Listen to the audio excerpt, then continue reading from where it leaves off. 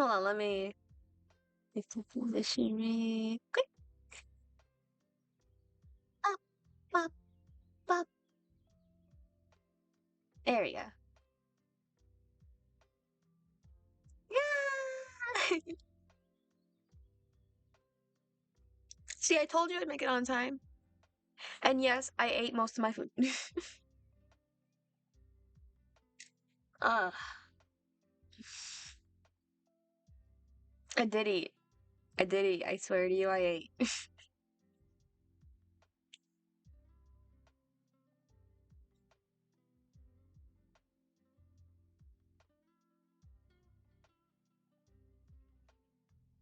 I had Discord open. Uh, yeah, this is the first time on stream where I had my windbreaker on and not that many problems with OBS. Let me just tilt my camera right there. Let me back up. Yeah, that's good.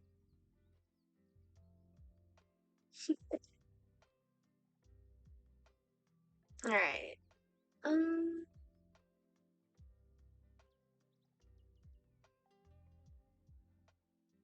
uh, heard the new YouTube thing's coming out tomorrow. So I think I may, if it's like an update for YouTube, I'm just gonna turn off updates on YouTube for like a while until they get rid of it. I don't give a shit.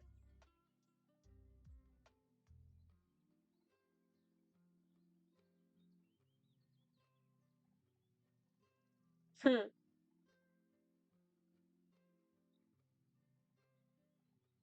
Yeah, just in case, if it's more just for my own shit. Mm. I honestly hope I do not get labeled as a fucking teenager. I'm a ghost. I ain't no teenager. Fuck no. And I assume even in life I wasn't a teenager. Alright. Okay. I wanted to get back into Assassin's Creed for a while. This is my favorite one. So if I finish it, expect me to keep playing it for a while. Because I love this game. I love this game a lot.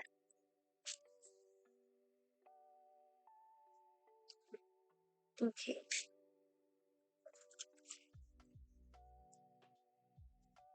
There we go. Alright.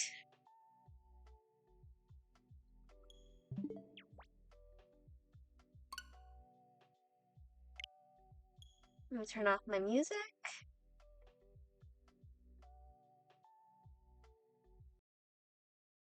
Alright.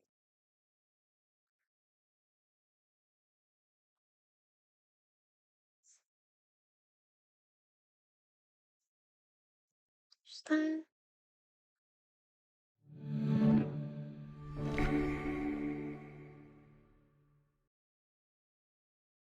The only time Ubisoft's actually good.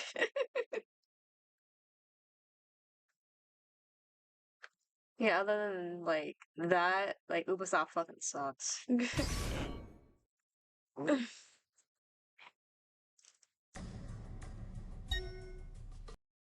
And you got me fucked if you think of playing Liberation. I have no interest in Liberation.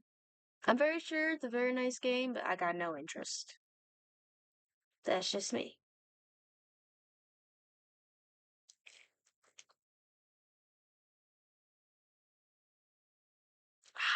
Fuck. I'm thinking from my windbreaker, I should have made gamer hands. Oh, fuck. That was my bad. For future models, especially like more cozy ones, I'm gonna try to make gamer hands and like other hands too. I'm just realizing it now. Fuck. Oh wait. I could have done a thing. Maybe another time.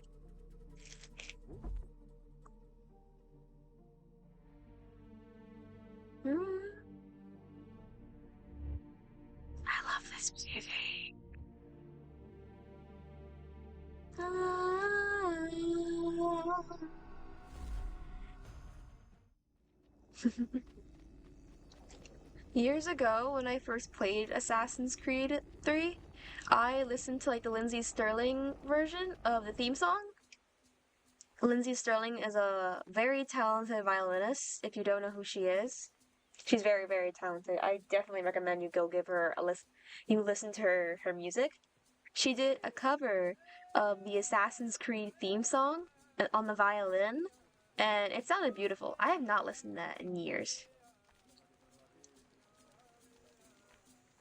Damn.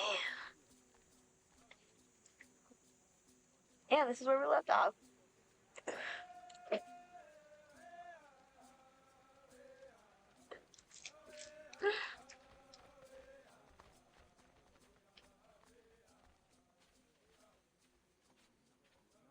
And then, I think after we finish the main Assassin's Creed 3 game, we're gonna play Tyranny of King Washington. Because I say so. And I love this game. And I love this game. I love this game so much. What's going on? Is she the elder? I don't remember.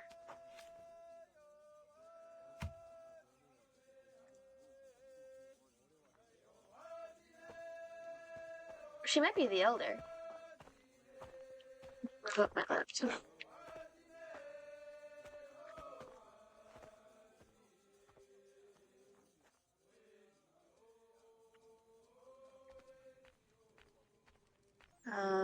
Okay.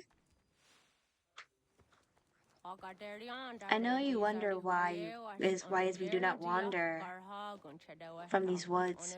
Why is it that we do not join the other Kankaka in war? I actually don't. Tonight you will have your answers. Our village sits on sacred ground, and it is our duty above all things to keep it hidden from the world. Even if it means allowing our enemies to gain strength, it is a difficult position for us. We are caught between the need to act and the knowledge that doing so endangers us. That makes sense. What is so important that you would see us imprisoned by ourselves?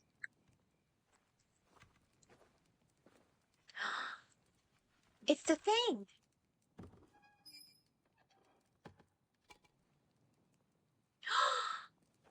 The thing from this first civilization!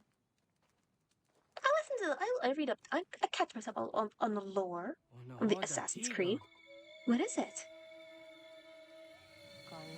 A door. Grandmother?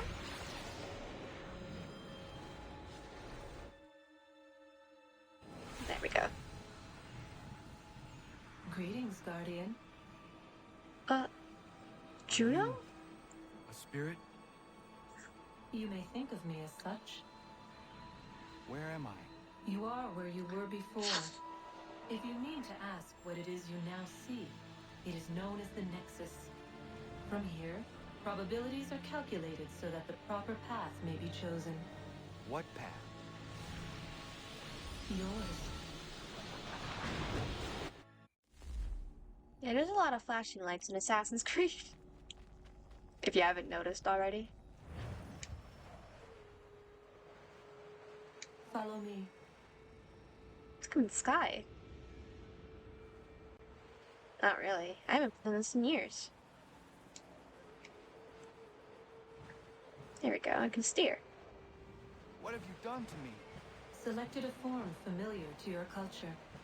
It is designed to ease navigation.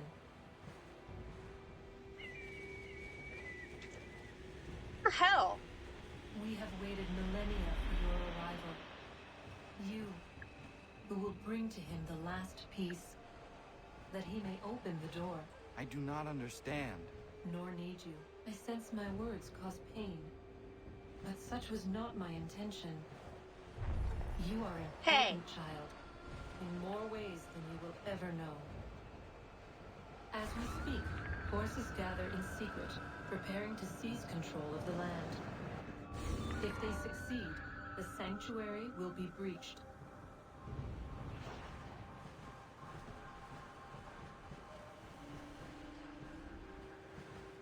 Fucked up Mario Kart's this? Damn. I keep thinking up is actually up and down is... Yeah, Yours it's is a inverted. special lineage. Past, present, future. Many are connected to you. Many who have changed the world, who will change the world. So too shall you. I have called you here that you might know your duty. You must protect Sanctuary from those who would undo our work. What sanctuary? What work?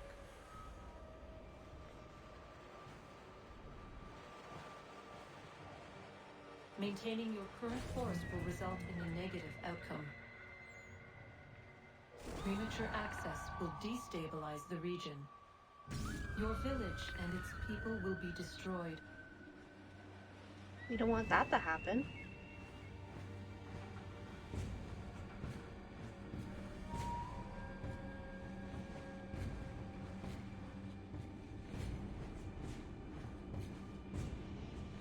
What am I to do?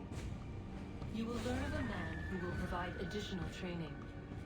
Seek this symbol. The Assassin's No Creed. doubt you have many questions. Time will see them answered. For now, you must follow. Leading is for later. The Assassin's Creed. It's fine if I didn't get full synchronization. I was having trouble steering.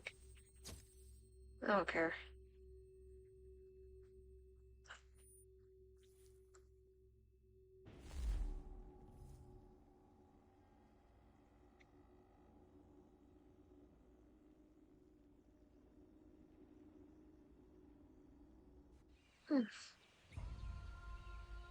Reto Hagedo? You good? Yeah, he's good. He's good, chat.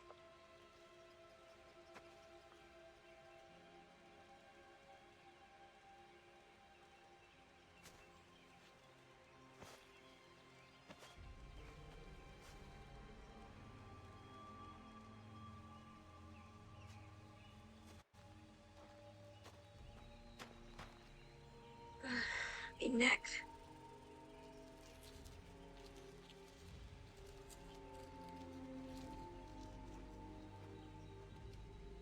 The symbol of the Assassin's Creed. Let's go.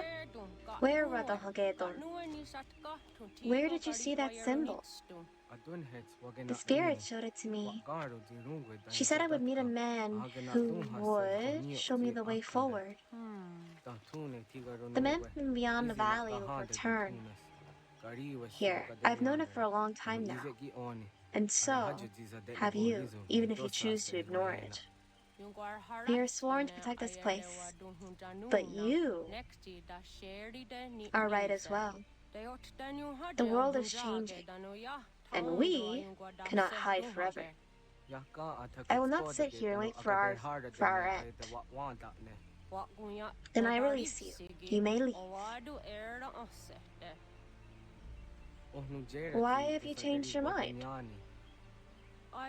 Because I cannot change yours. Take this. You will find what you seek in a place to the east. It was where I saw that symbol. They were friends with the assassins? It was born by a man who surely helped, as he once helped your mother. Thank you. Wait.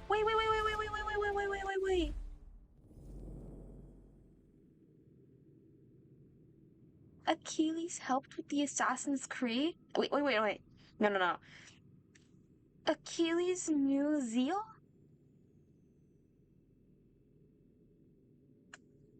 Achilles knew zeal.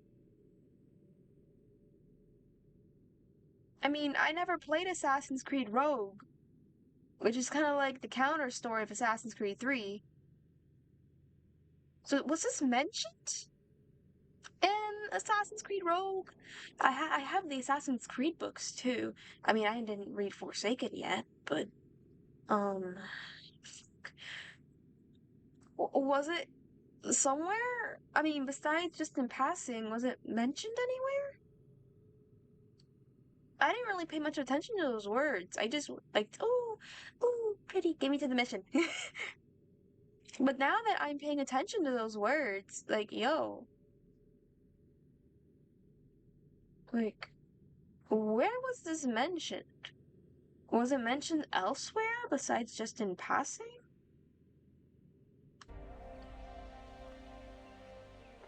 It has to be mentioned somewhere else.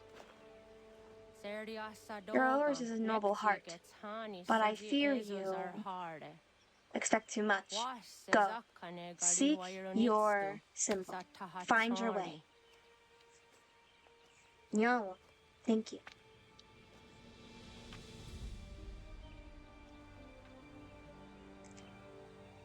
It's important to know how to say thank you in every language.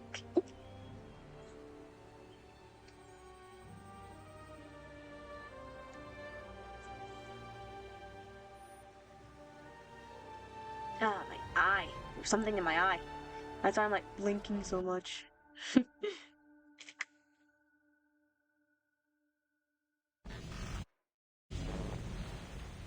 Leaving home was harder than I thought. In case you want to share, I don't have to narrate. Fill me with a sort of pride, a sense of accomplishment. But whatever it was that carried me away from home soon fled, replaced by questions, and no small amount of doubt. Had I been too hasty? Had I made a mistake? The others in the village, they thought this was something I wanted, something I chose to do. But it never felt that way to me. No, it was not a choice. It was an obligation. Because if not me, then who? Right, buddy. Now let's get you out of here.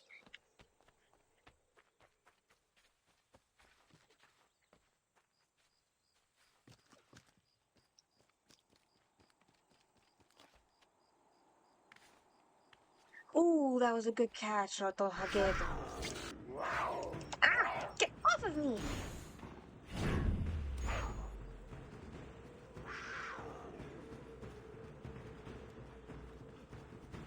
Run! What the fuck? I'm just walking my own damn business. And then you just come out of me out of nowhere?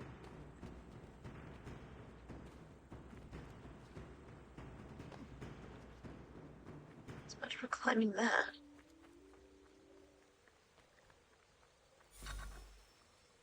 The Hunting Society. New England Hunting Society.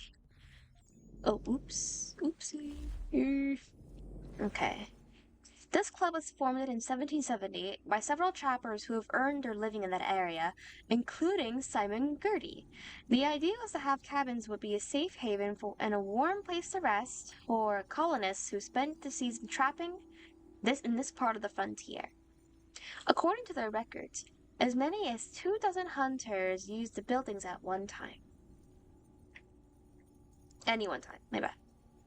Although it started out just a shared cabin space, it quickly evolved to more formalized society. Human nature being what it is, hunters would brag about their kills around the fire and, exaggerate. After several brawls over who could claim the title of the mightiest hunter, society members started logging their kills in writing. Though why they thought to prevent people from lying is beyond me. It did, sadly. By the way, yesterday caught a velociraptor. Sean, you asshole with all your jokes. Okay.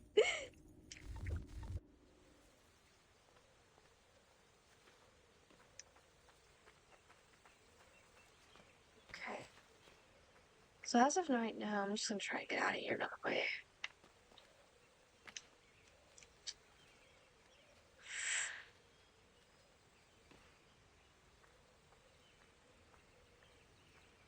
Is there another way down? I hope so. Ah, good, there is. I don't know why I just started randomly on a cliff.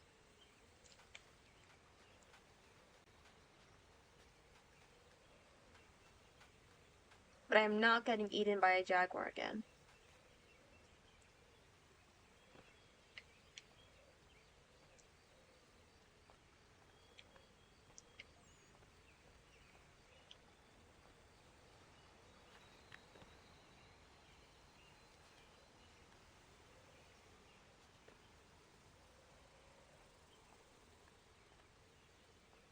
Hey, Recto Hagedo, my dude. Something to get down, come on. There we go, attaboy.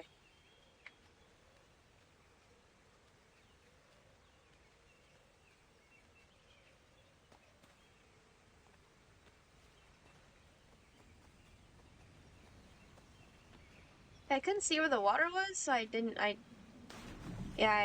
want to take any chances.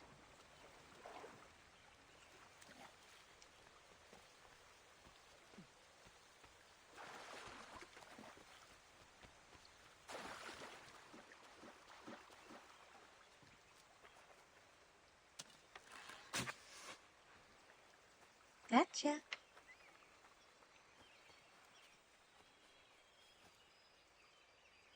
Nyawa.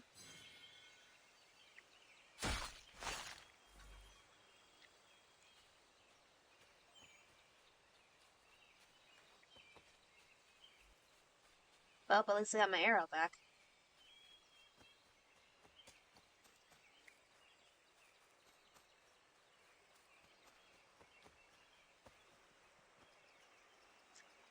Okay, Rabbit, you can live.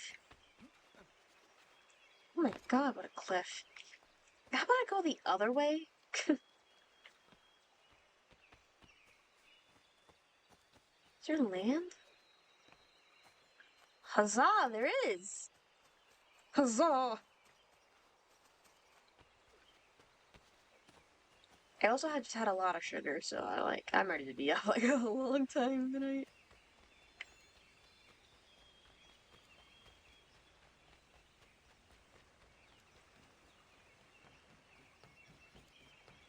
Johnstown, okay.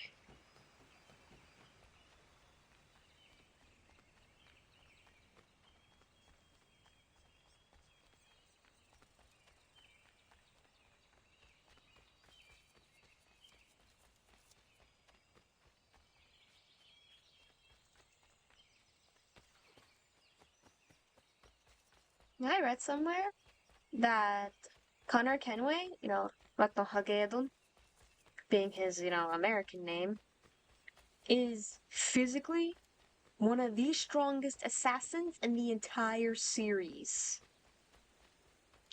I mean, you saw him. He's literally wrestling with a jaguar and a bear last stream. The last Assassin's Creed stream, at least. Dude is a literal beast. On top of being able to swim, climb trees, scale mountains. Well, cliffs in this case. What the hell? Get This out is. of the way! Oh! After him! What the fuck?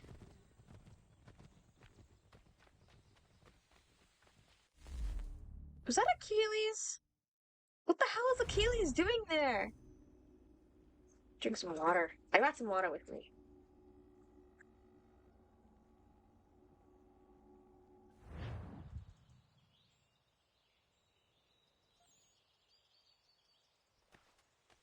I know Achilles in the beginning had some people after him. I didn't know. I never remember. I don't remember seeing that though. That's completely new to me. Or maybe I just don't remember because it's been so long since I played Assassin's Creed 3 in its entirety.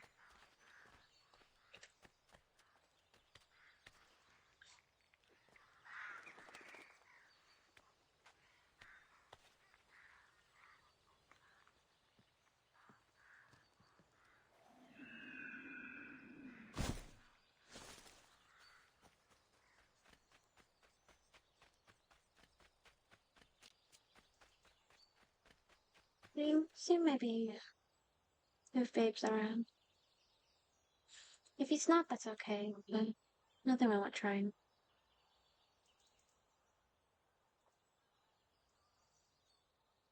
There we go. Okay. The ear.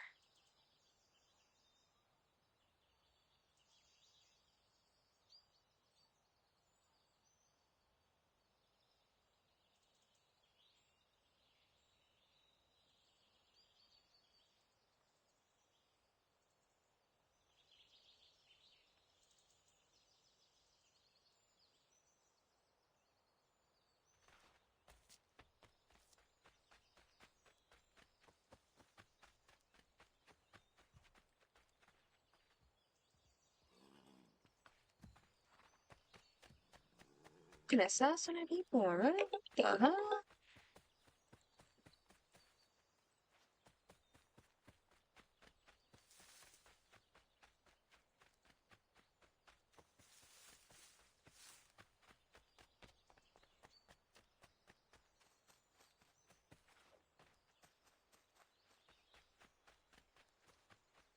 Hello. Hello. You must be one of them native fellas from the, what's it called? Iroquois tribe. Aye. You from that? Of course not, Terry. Iroquois ain't a tribe. Is so. Is not. The Iroquois is a confederation. Confederate what now? Confederation, ya Tony. It's a group, an alliance. Lots of different kinds of people all united. Right. Like I said, a tribe. Listen, you toddy-headed twiddlepoop. There's a difference between a tribe and a confederation, and it's not my fault your skull's too thick to make sense of it. Who you calling a twiddlepoop, you crump back scab? Hey now, this is between me and him. Yeah, mind your business. Hey, shit. Okay. Damn. I mean, I was about to break the Iroquois Confederate. I mean it consists of like 5 tribes like coming together. Like, so technically it is part tribe, part confederation. It is really a confederation though. But Just give it a few days. Attend to the wounded, resupply, and come up with a plan. I've sent Enoch to scout the place, figure out the best way in. You hear him before? Saying he has no master but himself? What a load of fee-fa-fum. If he ain't no master, guess he's ours to do whatever we please. indeed, all in good time. I don't remember these conversations.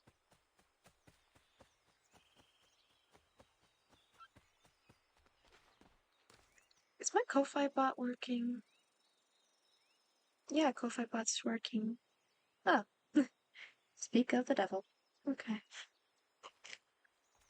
Just curious.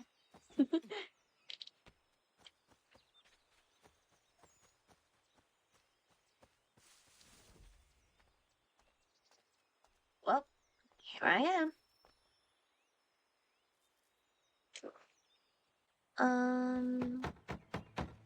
Hello? This is the 18th century. DoorDash doesn't exist yet. Or Uber Eats. What? Oh, hey. I was told you could train me. No.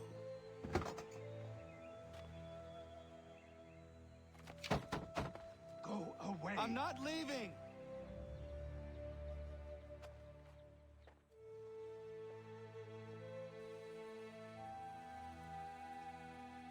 I bet there's still houses like this out in Massachusetts, too. Like in the wilderness of Massachusetts.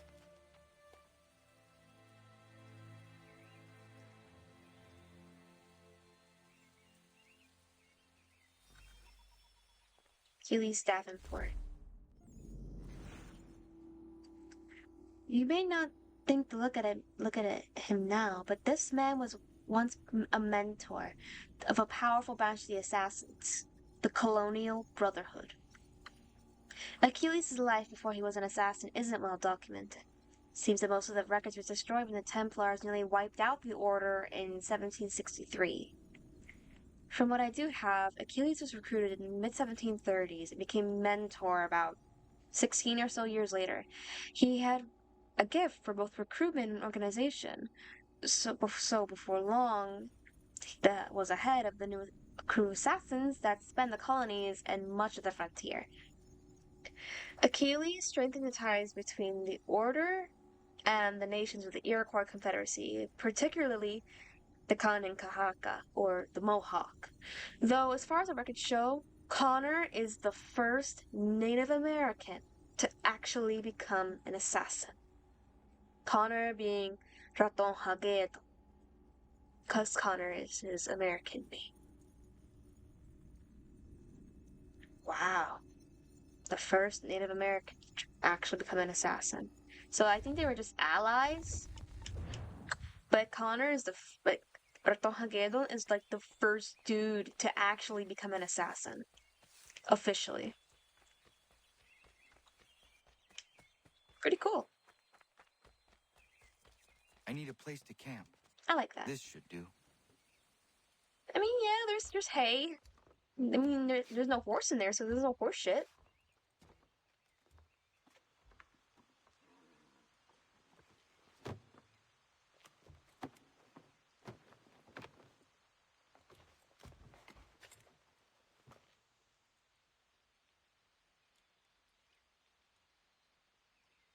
Yeah, get some sleep. You got a lot of old man bothering to do tomorrow.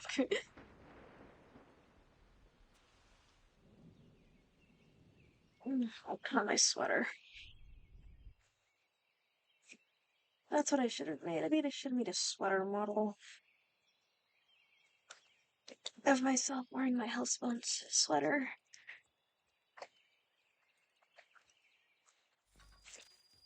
Okay, next day.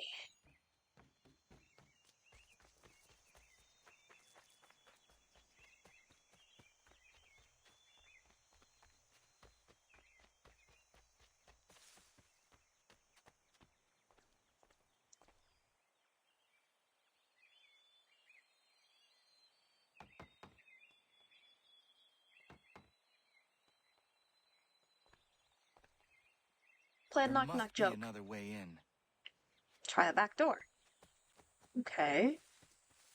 I mean, that's logical. No one's entering the front door, you try the back door if you have a back door. I mean, unless you have an apartment, then you're screwed, but... Please, all I ask is a moment of your time. I apologize if I've been unclear or otherwise confused you with my words. It was never my intention to mislead, so let me try to clarify. Get the hell off my land. The audacity. I'm coming up! Definitely put it... Okay, the voice actor definitely put an emphasis on the P. And you know what? I love him. I love him for it.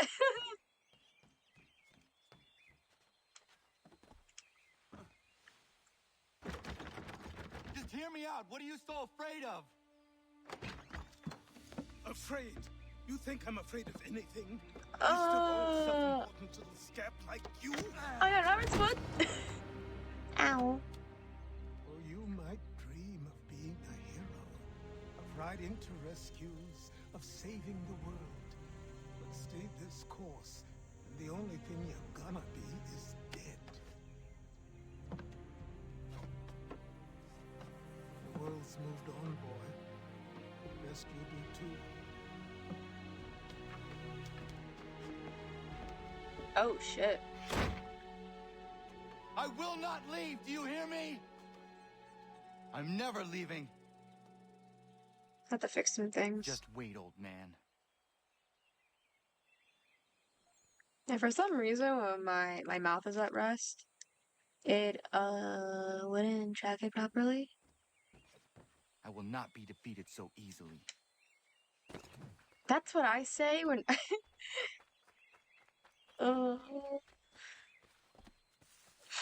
That's what I say when You I'm will having train me. when I'm going through like an artist slump or I'm having writer's block. I will not be defeated by writer's block or an artist slump. These are square toes. This'll be easy. Square That's what you said toes. last. What does square toes mean? I'm stupid. I'm pretty sure they don't say square toes anymore, but what does square toes mean? Okay, it's an adjective. It's actually proper. Oh, having broad square toes. Old-fashioned or formal. Okay. So they're basically just calling them old. Okay. And I wound up with a dead horse and a dark eye. Who are you? I mean, fair question. No one you need concern yourself with, little britches. Best cut for something bad happens. No. Can't say we didn't warn ya.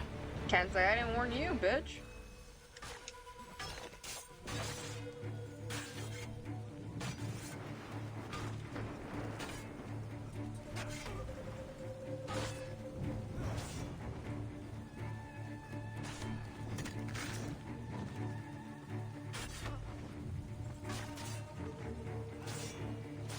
Yeah, I might be picking. Boys, brothers. Nah, it's okay. I don't mind. Should have run when you had the chance.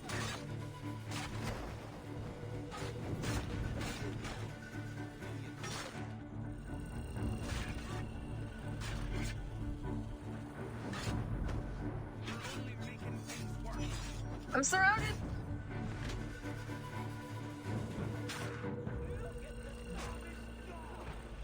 Oh, you asshole.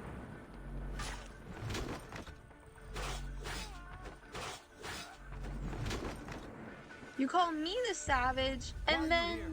What do you want? that's horrible. You're the one who's on private property. You working for the old man, then? That it?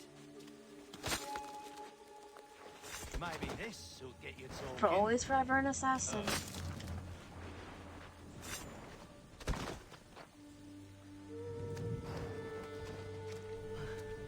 But don't ever call that. Don't ever call it someone a savage. That's just wrong on so many levels. Don't ever do that. Then I suppose we should talk.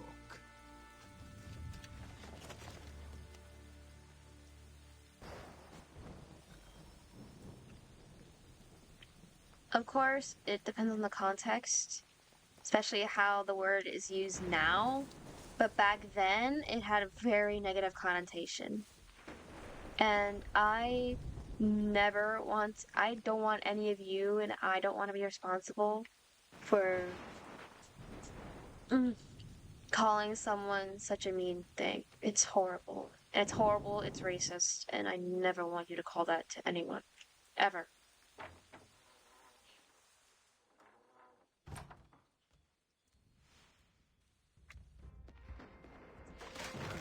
Ooh.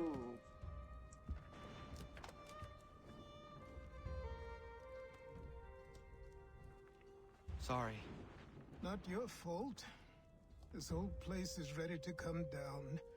Goddamn miracle it hasn't already. Anyway. You live here who are alone? you? My name is Rado Hangado. Right. It's Rato Hagedo. Well, I'm not even going to try and pronounce that. Now, tell me why you're here. It's actually not that hard. I was told to seek this symbol. Do you even know what that symbol represents? Or what it is you're asking for? No. Yet, here you That's are. exactly some The shit I would spirit said do. That I am... These spirits of yours have been harassing the assassins for centuries. Ever since Ezio uncorked the bottle. Who the hell is But you Ezio? I don't know who even what Ezio an is. assassin is, do you? I'm joking. Well, best settled in then. I've got a story to tell, and it's gonna take a while to get it all out.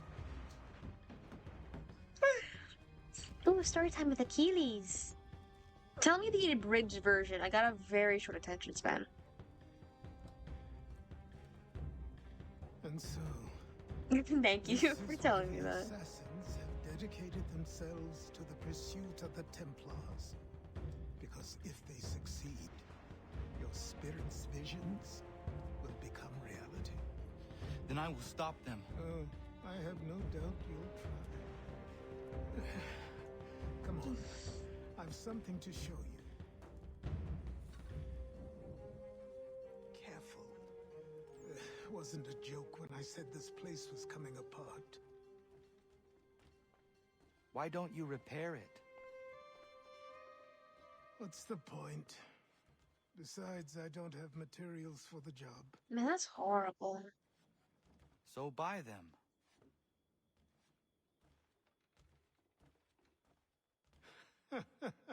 Look at me. You think I can just march into some store, purse full of pounds, and go shopping? Yes. Why not? I'm so naive. I mean, honestly, to this day, we still can't. Some people still can't do that, which This is way. horrible. I mean, in America, obviously, it's gotten a whole lot better, I guess. But I don't know, dude. America sucks. I'm gonna leave. This country sucks. This country sucks ass.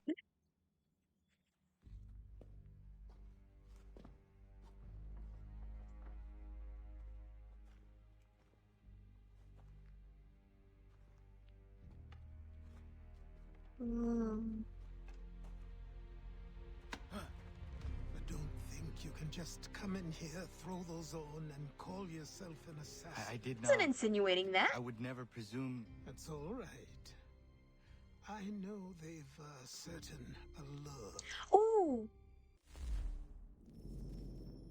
I actually have a costume of Connor's robes as well.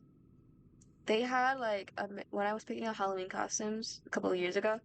I told my Ice Mom and Ice Dad like I like Assassin's Creed. I want to be my favorite character from Assassin's Creed. And they're like, okay. And then we look at costumes on Amazon, and then they show me like the girl version of the outfit, which I said no. I'm like, no. And so I didn't want it because my mom's like, oh, this looks nice on you. This looks like a jacket. I'm like, no. I want the one that makes me look like an assassin. So I got the guy version. The guy version was so big on me. I'm a very tiny person. So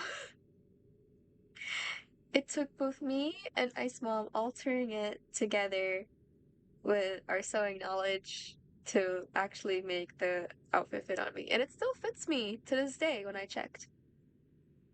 And I felt so badass when I was wearing it. I felt such a badass. Very well. I'll train you. Hi, Connor!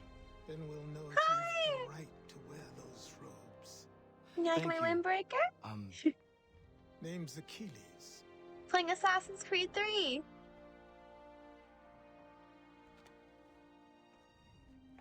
I actually have a costume of Connor Kenway's robes, assassin robes, that I wore for Long Halloween way. like twice. We've work to do. I mean, Connor Kenway is actually my favorite assassin. This is my favorite Assassin's Creed game. And my first. This is like American history. You are a speck of dust, a nothing. You and all your kind, living in the dirt like animals.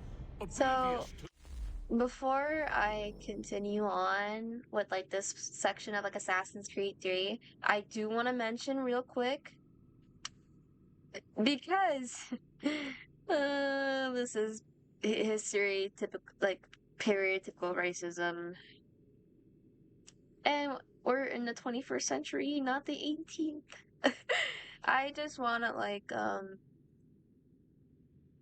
my VTuber is based off. Okay, so let me finish what I'm saying first before I start freaking out.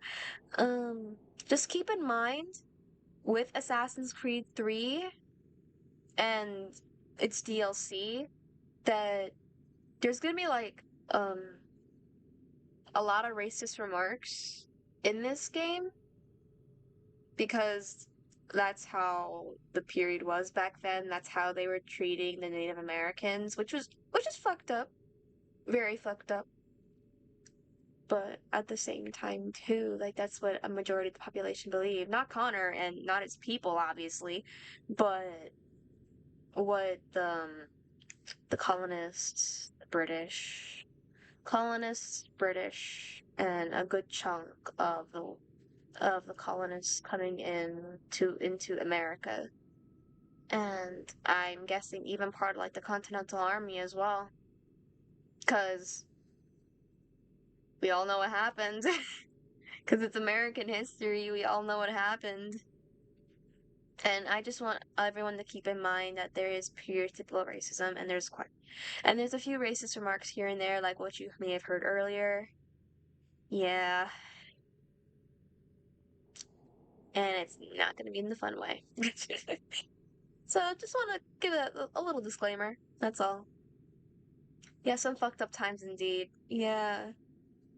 It's the 18th century, American Revolution, but it doesn't excuse it. Not one bit.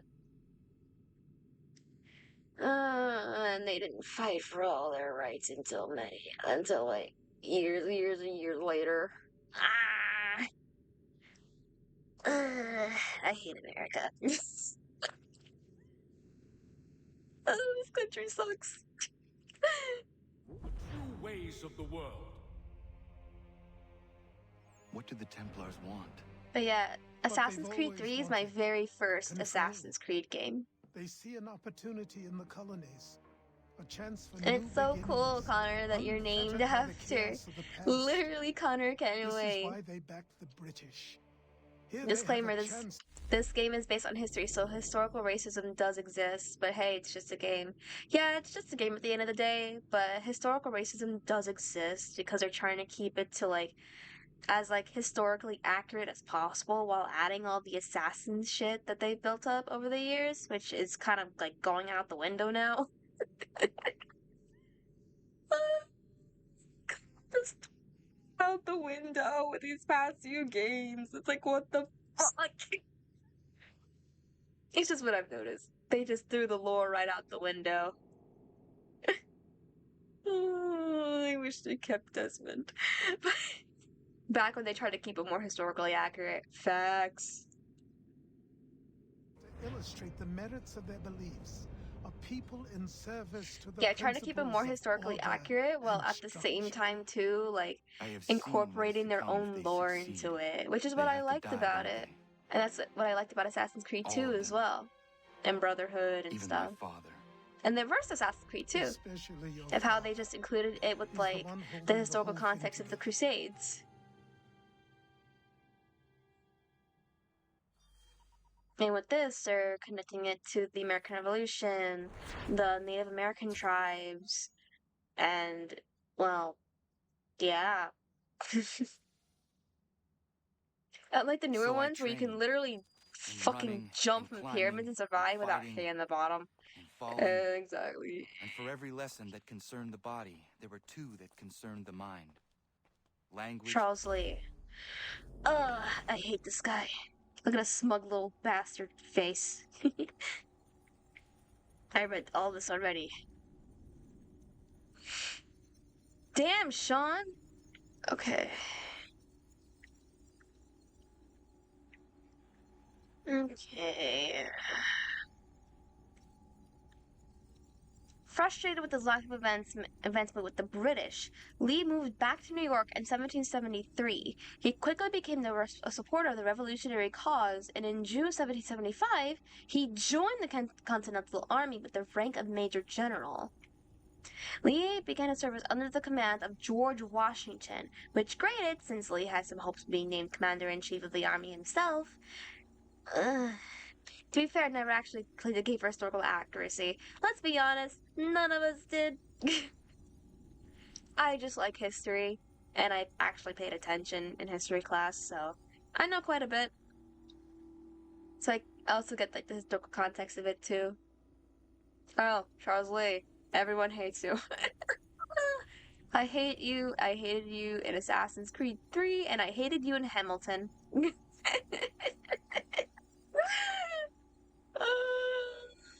Please tell me you get that joke. Given these experiences, he might have had a point, but he also has drawbacks. Most notable was his temper. Dude was quick to temper and had a habit of being very vocal and publicly angry when he didn't get his way. Bosses love that. So he's basically 18th century Karen. He was basically an 18th century Karen. Oh my god. Lee also had some rather odd personal quirks. I'm too uncultured. I didn't get it. Hamilton had Charles Lee being a complete douche. Assassin's Creed 3, this game, he's a douche to the max.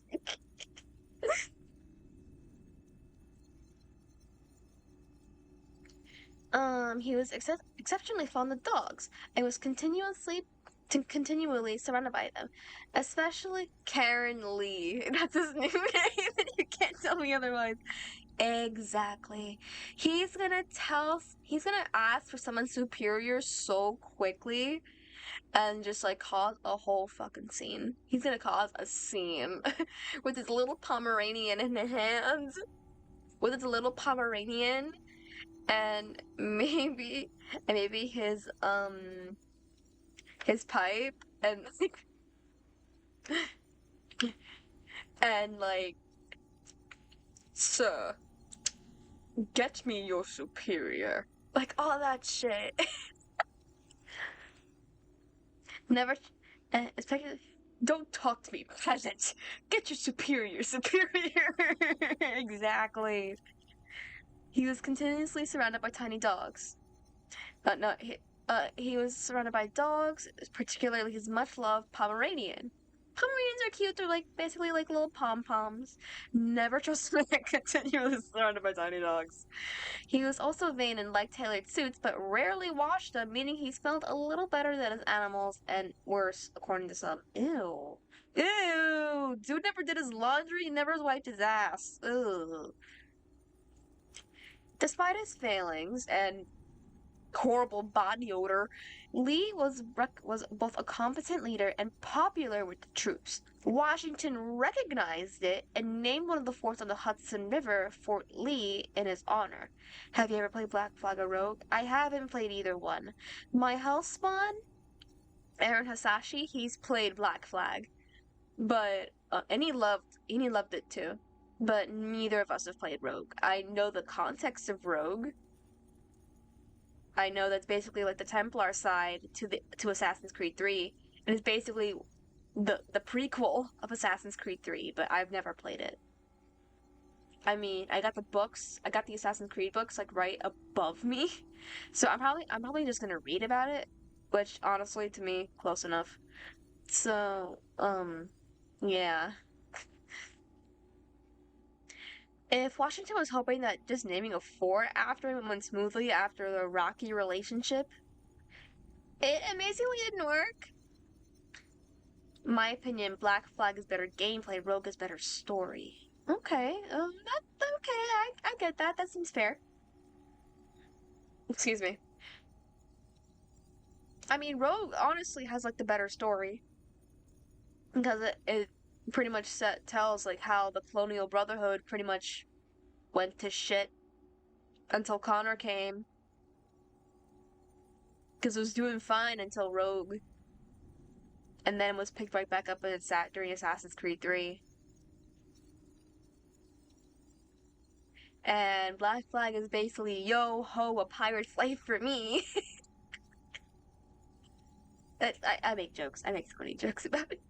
I'm very sure it's a really good game. I'm pretty sure it's a very good game. I just like making jokes about it. In fact, as time went on, Lee became less and less fond of Washington and became reluctant to follow his orders at all. When Washington retreated across New York and New Jersey in 1776, he sent several commands to Lee to follow him, which he did, but very, very slowly in his very much Karen ways.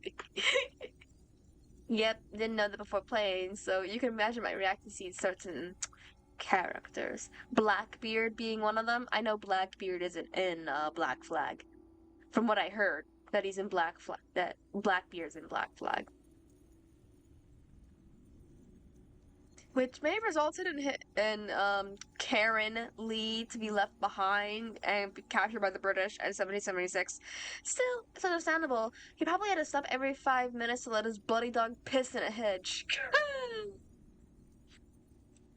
Fortunately for Lee, he resigned his commission in the British Army shortly after taking on his role in the Continental Army.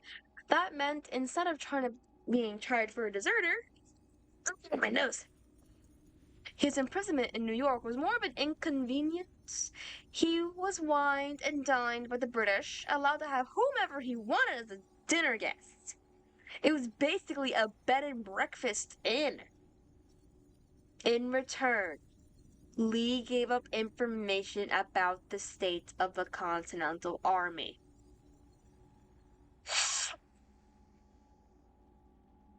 Dude got rewarded for being a Karen and for being a traitor.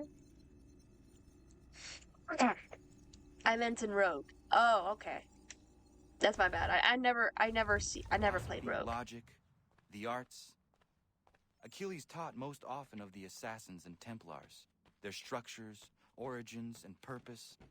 Centuries of history condensed into a few short days. I told him of the men who had burned my village, of Charles Lee, and my promise to him.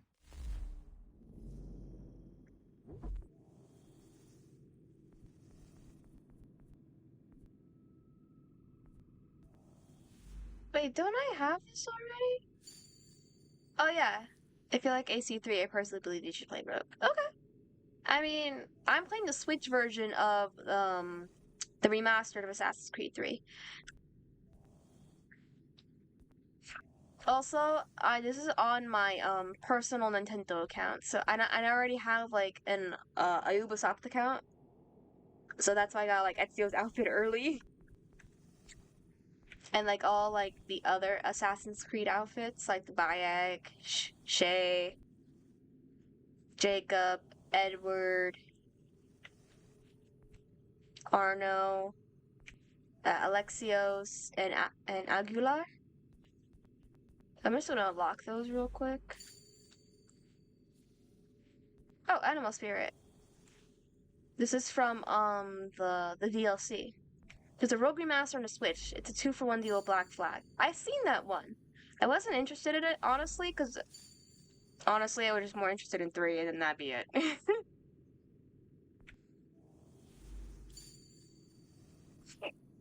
What I might do is that I might just read the books instead. Because personally, I'm not that interested in playing the other Assassin's Creed games. I think I'm good with just the 2 I have.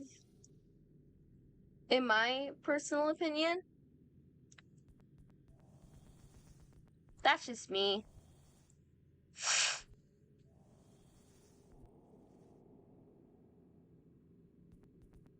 Also, who does not like this wolf hat? I love this wolf hat.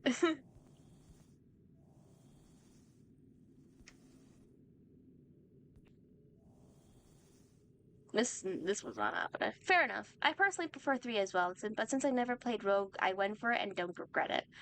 Oh yeah, that makes sense.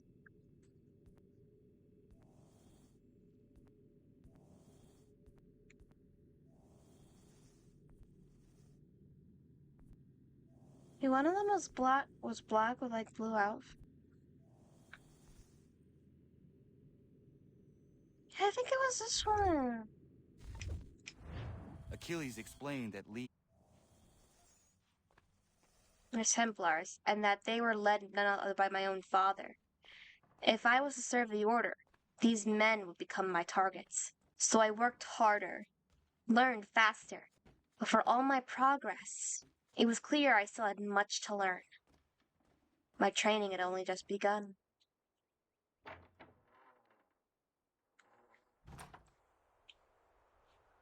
Yeah, I don't know why the voice acting just stopped all of a sudden. That was weird. Man, I wish it snowed this much right now. Not right now, I mean, it's middle of fucking summer. But, during, like, when it's supposed to be winter, I wanted to snow this much so bad. You know, it's weird hearing the English voice of Connor. Oh, you must have played. Oh, you must have heard it just in Spanish. Was it that? Or are you used to also hearing him speak in his Mohawk language?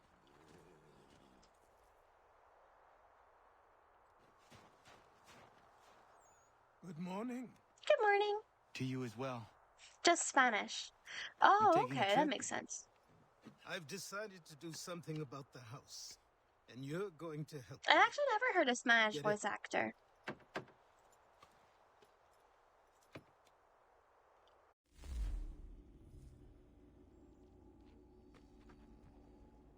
I may look that up later in the Animus database.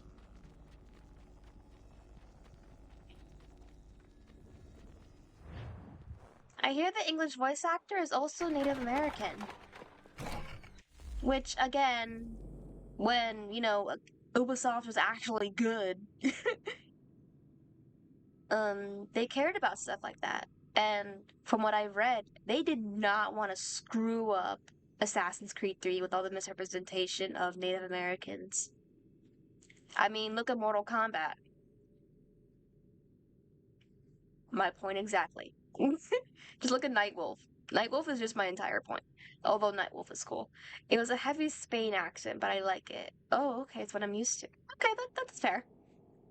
So, from what I read in an article online, Ubisoft, when they were developing Assassin's Creed 3, they did not want to screw it up. So they like for Connor specifically, they did not want to screw it up. So they got so many researchers, they did their homework, they found Connor's voice actor, who I believe is like either fully or part Native American.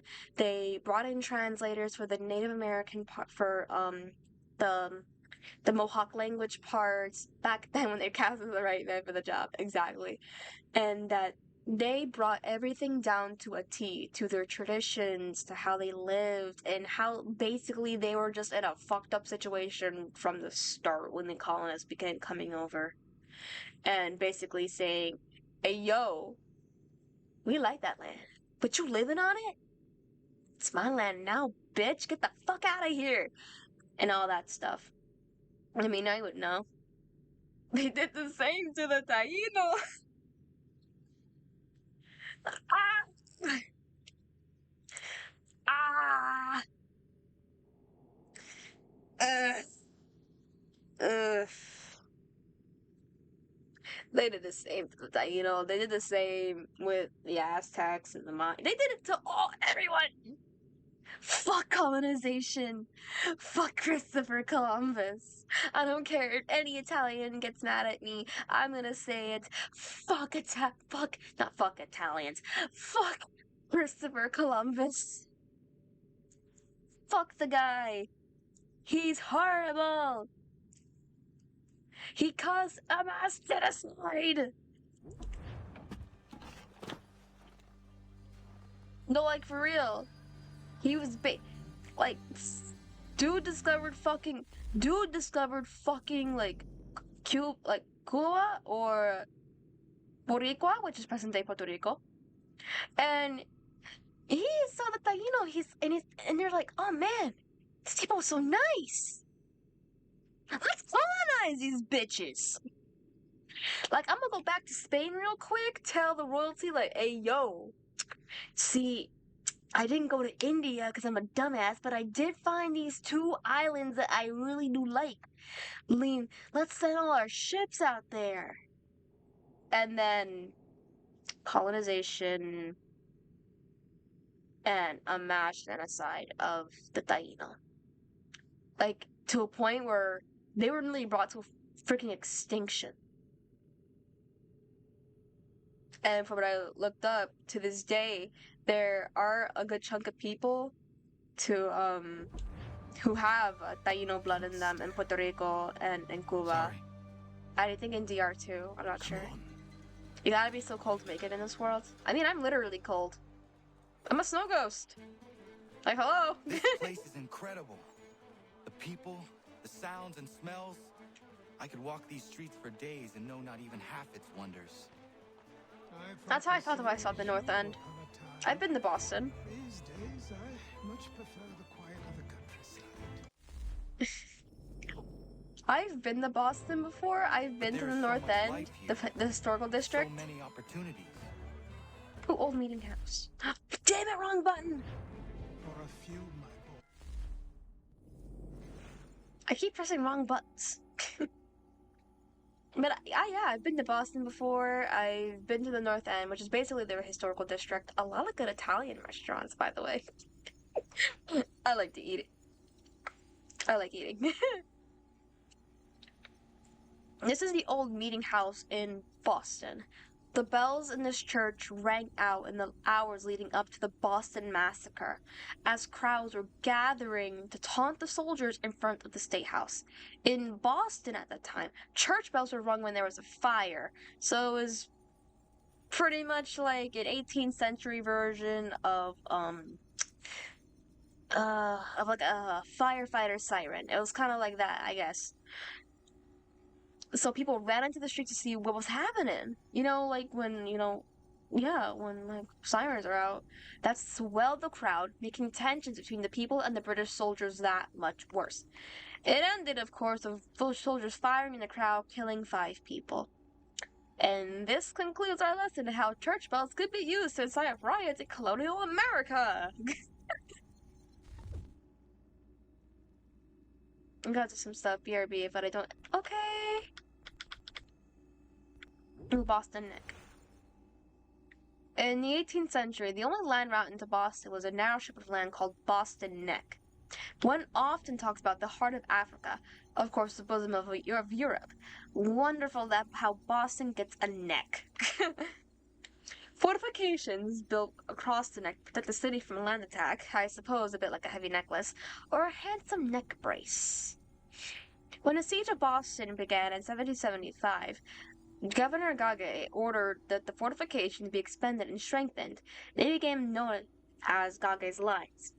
Starting in the 19th century, land was added to Boston Neck, widening it to make room for the city to grow, and presumably to ease traffic on and off the island, since Boston is no longer in danger of attack from the countryside.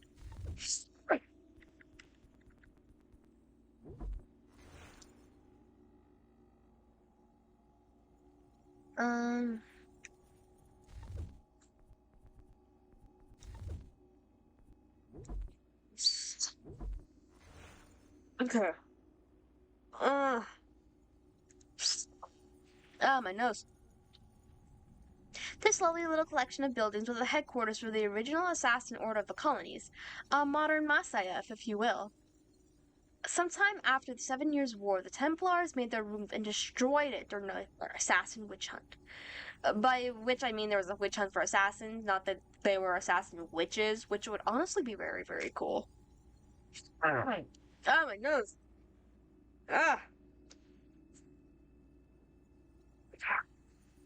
Achilles survived the attack and stuck around to keep the manor standing, barely, by the looks of it. Once Connor came along, it flourished again for several decades, even surpassing its former glory. And it suddenly vanished in the early 19th century. Any manor that can suddenly vanish is both interesting and unsettling at the same measure. It's probably not a great investment. Makes for good ghost stories, though.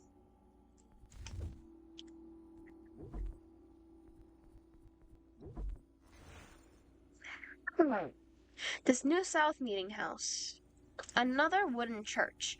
This time with a bell in its steeple. Samuel Adams' father, also named Samuel Adams, or I'm just gonna call Sam Adams, was one of the founding members. I'm surprised it wasn't torn down for a firewood during the siege, but I guess its members haven't just hadn't angered the British enough for that. It's conveniently named so you won't mistake it for the Old South Meeting House, where all the important events happened. Simple as best. I'm describing the naming system. I'm not describing you. Me being Desmond Miles. Christ Church. This is known today as Old North Church because it's the oldest church in the north end of Boston. But up to 1776, it would be known by its official name, Christ Church, named after Jesus Christ, a former celebrity carpenter, or Jesu Cristo. This is where, on the night of Paul Revere's ride, two signal lanterns appeared to warn rebels on the opposite shore that the British regulars were on their way to seize weapons. Their signal was Paul Revere's idea, but contrary to popular belief, the lamps weren't a signal sent to Revere. They were meant to warn the lookouts on the opposite side of shore in case Revere was captured. The church was a natural choice for the signal flame. It was the highest steeple in Boston and was easily seen on the other side of the river. Even better, the church was Anglican. The congregation was full of wealthy loyalists. Who the hell would suspect a search sexton, Robert Newton, a friend of Revere's, of sneaking into the church at night to send secret messages? Well, the British would. They captured Newman a few days later and questioned him. He put on a terrific show and managed to convince them he was innocent, and then fled into town, which didn't really back up the whole innocent thing very well. For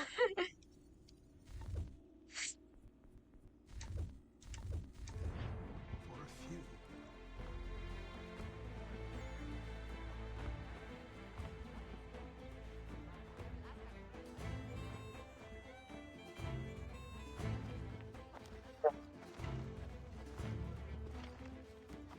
There's a store close to here. You're to buy the items on this list. Tell them where the carriage is, and they'll see that it's loaded. Understood? Yes. Good. You're also going to need a new name. I'm Your just fixing skin up is some stuff, fair don't enough worry. that you might pass for one with Spanish or Italian blood. Better to be thought a Spaniard than a native. And both are better still than I. That is not true. It's not true at all, Achilles. You're amazing. What's true and what is aren't always the same. What would you call me then? Kana. Yes, that will be your name. All right then. Off you go. Named it after your son.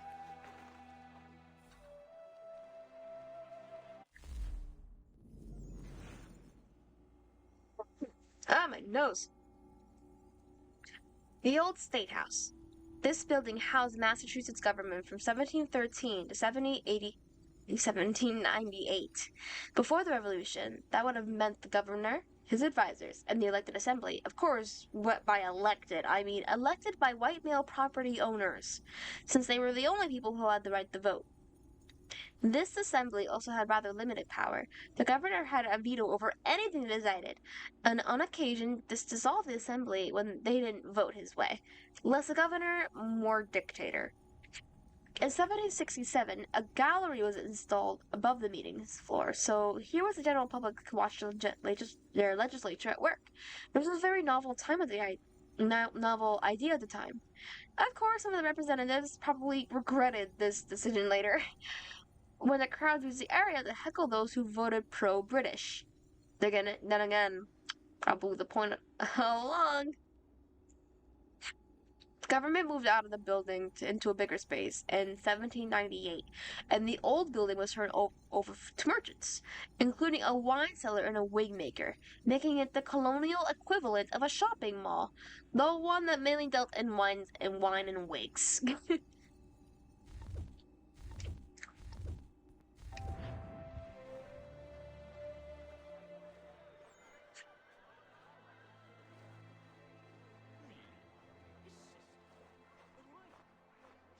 Thoroughly sensible creature, not like to partake in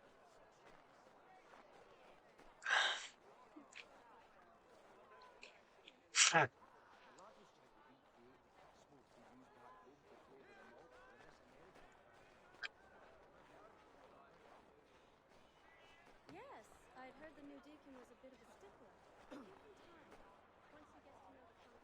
Oh, look, right here.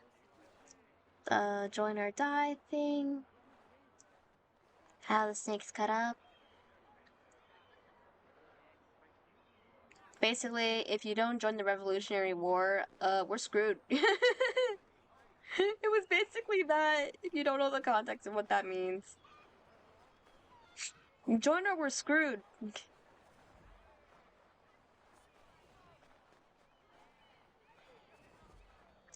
I grow tired of this. It seems each Oh, day the Stamp Act! It was passed in March 2nd of 1765. The Stamp Act was the British government's attempt to recoup some of the monies they spent during the French and Indian War by taxing the American colonists, who theoretically benefited most from it because they managed to get rid of it. Parliament chose the Stamp Act because it was simple, easily implemented, and the colonists couldn't smuggle their way out of paying it. All papers, newspapers, legal documents, to lawyers' licenses would need a purchase a government stamp to be used. Colonists, however, didn't think Britain had a right to tax them at all, since there was no colonial representative in Parliament. Hence the snappy slogan, "No taxation without representation." They also resented the suggestion that they were responsible for Britain's war debts, since the colonial militia had a huge role in fighting and winning the French and Indian War. Huge protests were organized, run by a group called the Sons of Liberty. Merchants declared a boycott on British goods. But perhaps most importantly, the people assigned to collect the tax were threatened and intimidating into resigning. The Massachusetts stamp distributor even paraded through Boston by the Sons of Liberty and forced to resign at the Liberty Tree. taxes levied, a new rule enforced, all without our consent. Pocket boroughs. One of the issues surrounding the American Revolution was that the colonists had no representatives, and thus no say in British Parliament. To add insult to injury, some parts of the United Kingdom that had no residents did have seats in Parliament. This essentially meant that landowners could give cushy government appointments to whoever the hell they wanted. These areas were known as pocket boroughs because the landowner had them in his pocket, or rotten boroughs. Gee, I wonder why. One of the worst examples was the borough of Old Sarum, which had no voters and 2 seats in Parliament. However, it wasn't the only one. Pocket boroughs were numerous as of 1761, and it's estimated that 250 of the 558 parliamentary boroughs were under this kind of patronage. And the problem wasn't really corrected until the late 18th century. So when the colonists were complaining the British government was hopelessly corrupt, they had a point. Even Sean, the Brit, has a point. The Commissioners of Customs Act. Oh, Chancellor Townsend must have thought himself so clever when he papered these thefts and made them law, but the Constitution says we've a right to refuse, that there will be no taxation without representation. Tell me, who represented us in Parliament? Who spoke on our behalf? Signed in our stead? Give me a name. Only you can't. And you know why? You can't tell me who represented us because nobody did.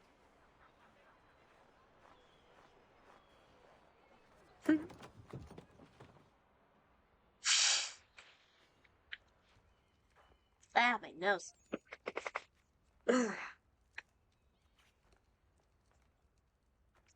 You lost? I'm looking for the bathroom. I need the items on this list. Will you be paying with coin or trade? I mean, in case I do have trade. Ugh, you're creepy. Some of these things I have, some I don't. Lumber's hard to come by since my supplier up and vanished. I have the tools and pitch, though. Nails, too. Where do you want this delivered? Our wagon is near the State House. Ugh. Thank you. My nose. Ugh. Ugh.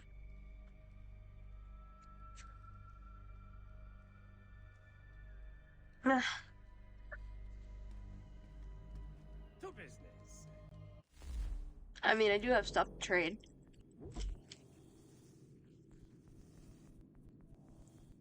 I got quite a bit to trade, honestly.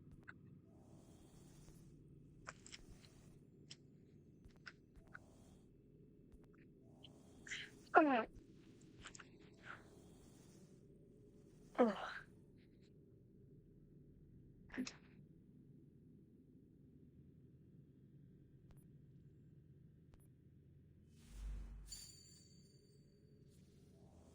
Like,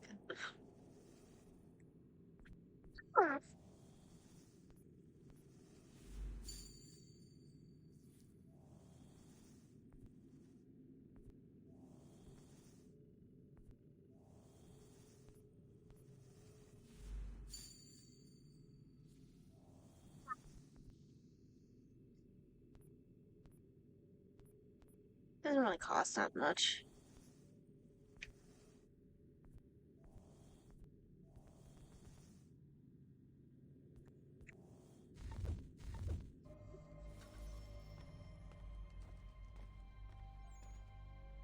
I should return to Achilles.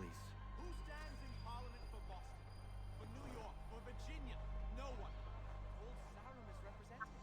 And Newport, and Newtown, Seaford, and Saltash.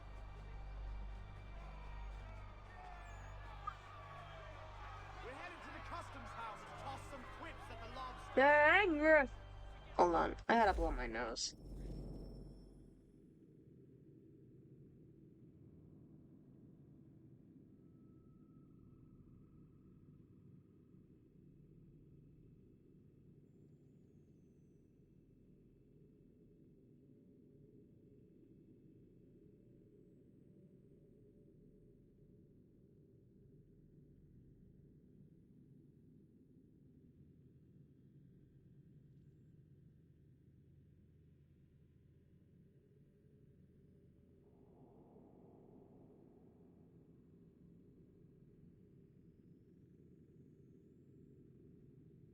I am so sorry. I really had to blow my nose.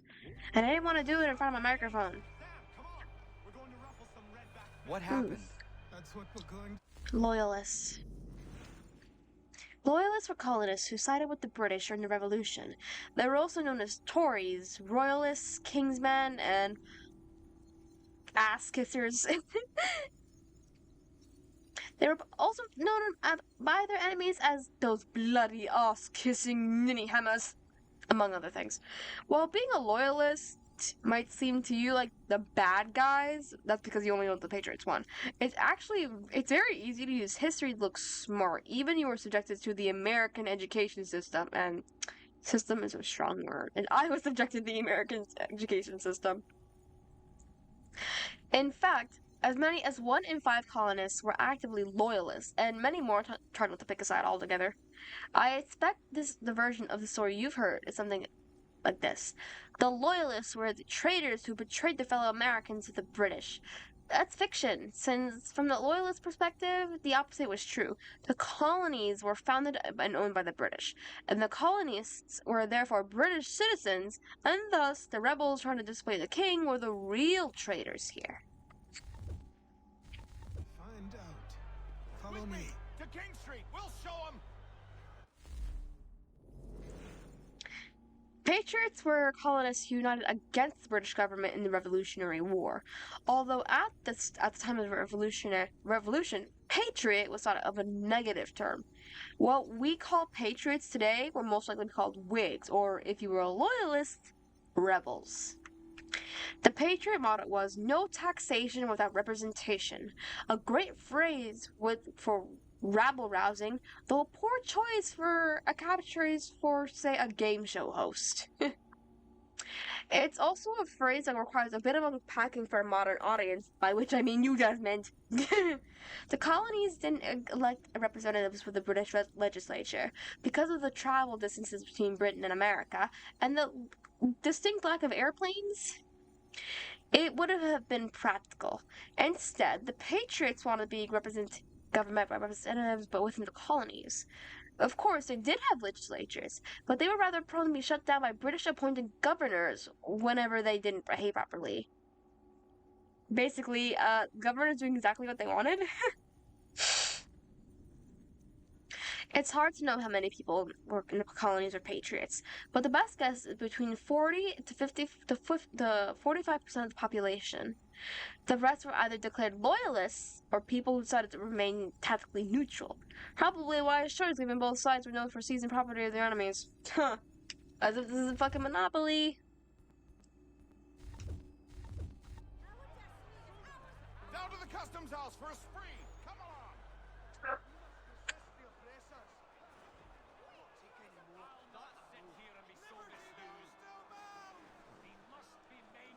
Are you going, Achilles?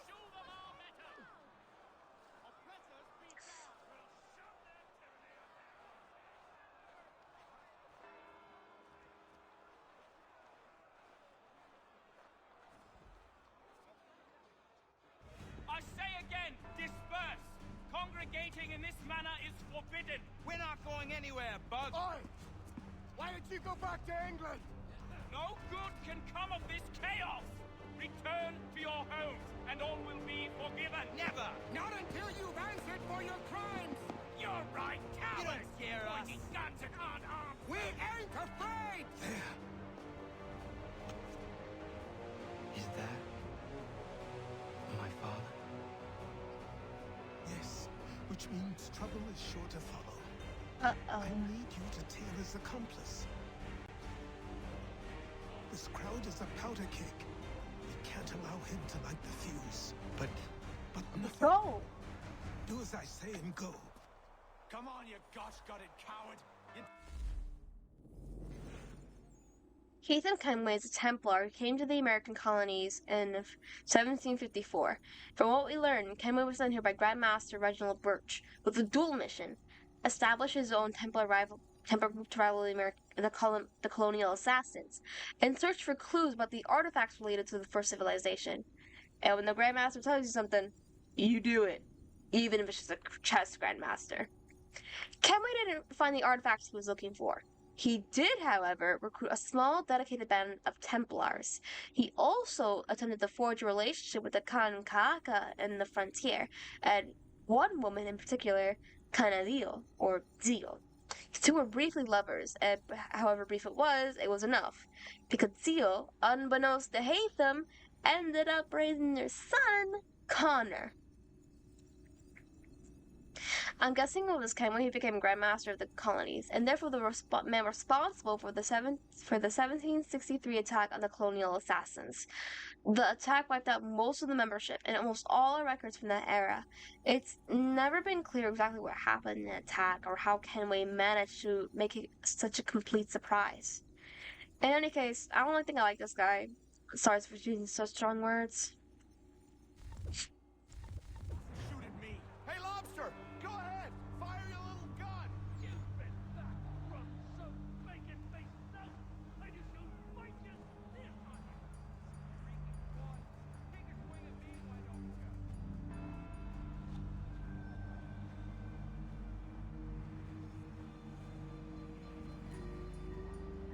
Boy, you there! What's all the fuss about? Fire in the townhouse.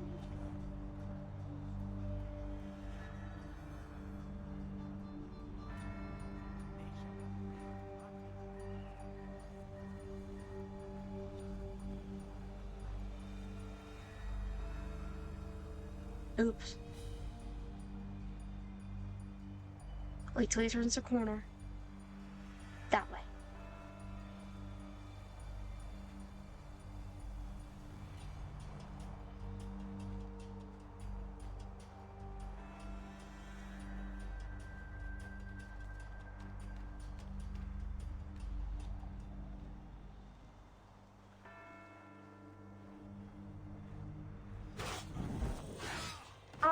fuck, really?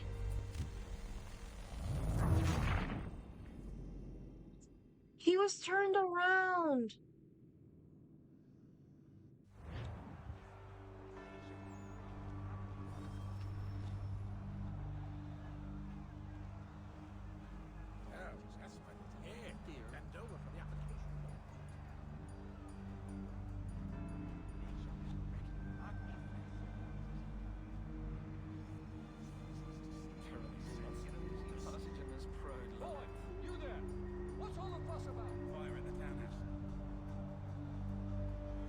Oh shit, there's a fire at the townhouse?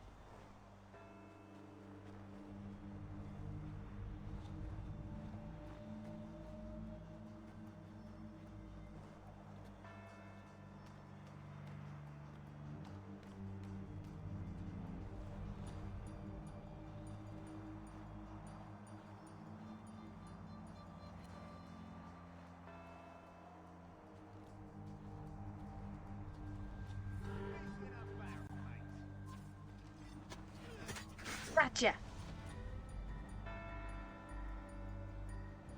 Your plot is ended. Not quite. The Boston Massacre. Oh, damn you! Fire!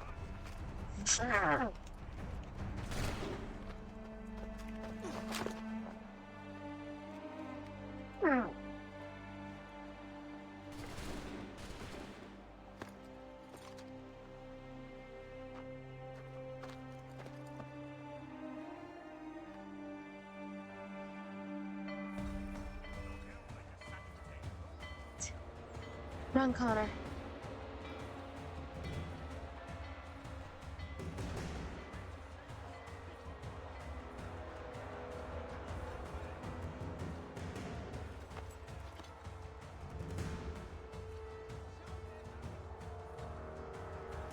Hey, Barrel. Damn! Forgot that can't happen. Sorry.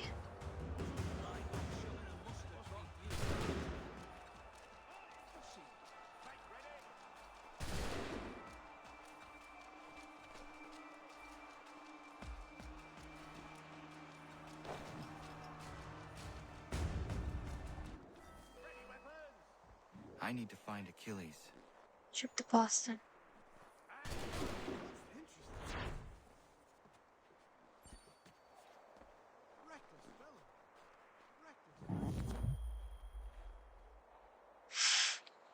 Okay.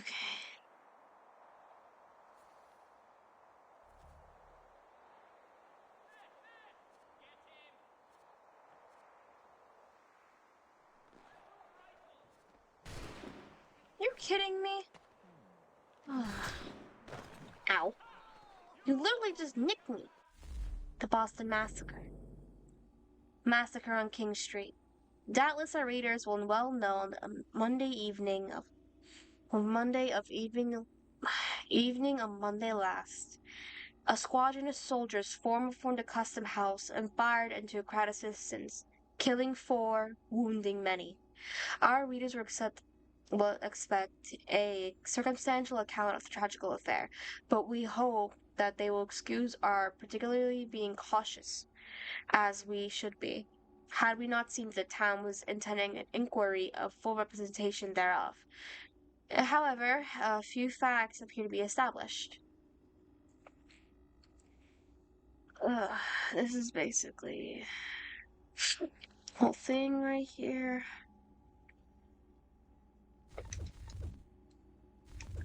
That's from the newspaper.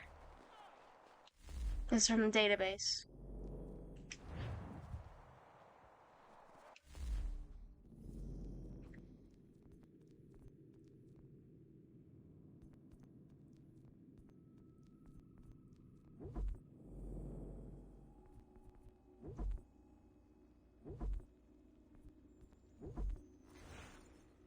The Boston Massacre was the culmination of several fights between the British soldiers and the people of Boston. A group of British soldiers fired into a crowd point blank range, killing 5. The reality of it is less damning to the British than it sounds. What started as an argument about a wigmaker's bill of all things turned into a mob. Hundreds of Boston citizens kept 8 British regulars cornered for hours. By the end of it, many were holding clubs, throwing stones, and taunting soldiers to fire. Captain Tom Preston.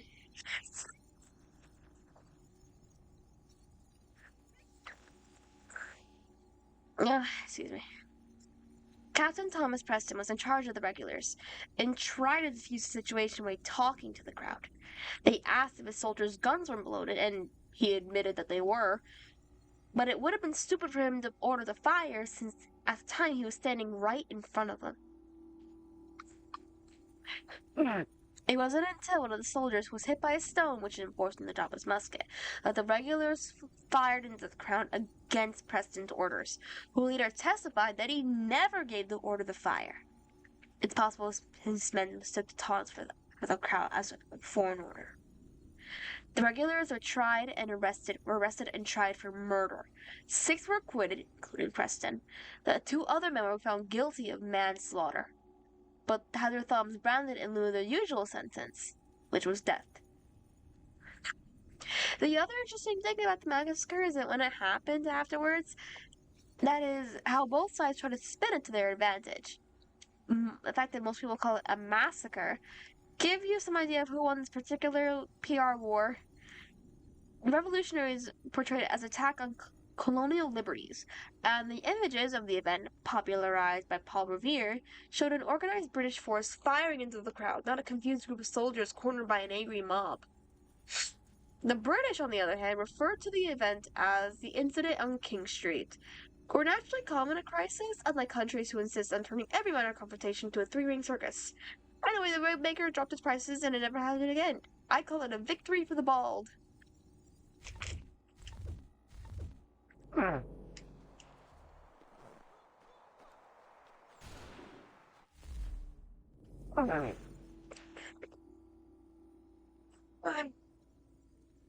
I needed to stretch. Like, bad.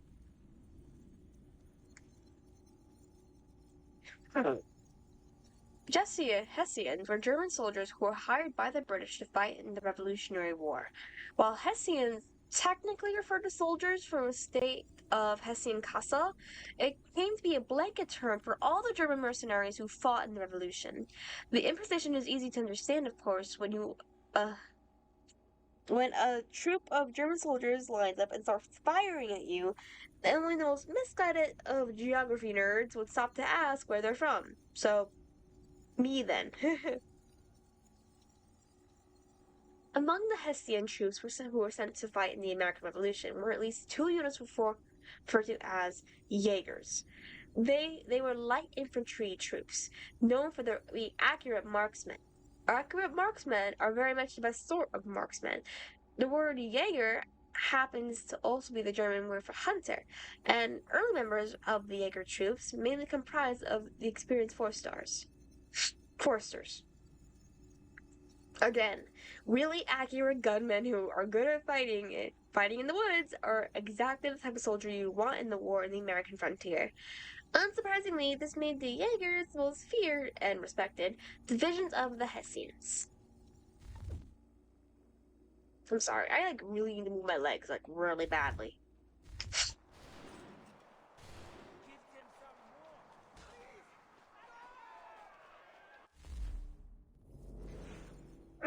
These buildings were used to make rope for ship rigging. Please try and stay awake. Ships at the time were needed for a surprising amount of rope. 20 miles of the stuff each, which you'll realize is incredible if you're a rope nerd. This'll wake you up. Rope isn't the real reason this place is well known, among historians, I mean. In March of 1770, one of the workers asked a passing British soldier if he wanted the job. Then he told him to go clean my shit house, basically meaning, you're full of shit.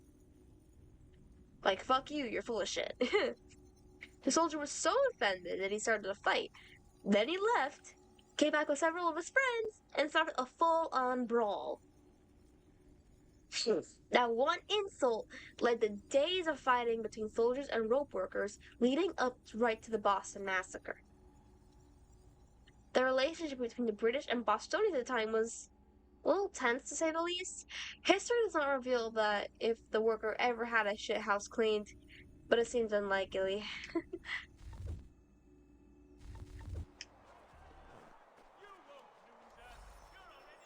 Fort Hill discovered. I'm back! Hi! Welcome back. Just finished witnessing the Boston Massacre.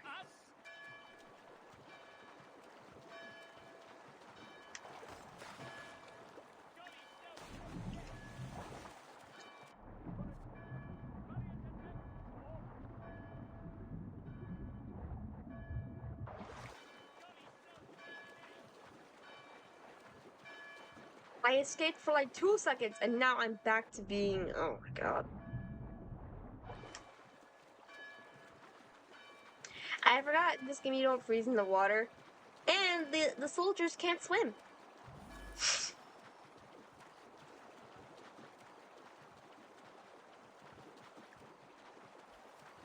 And Connor is like a literal bear. I doubt he can get cold pretty easily. I mean, he lives on the frontier.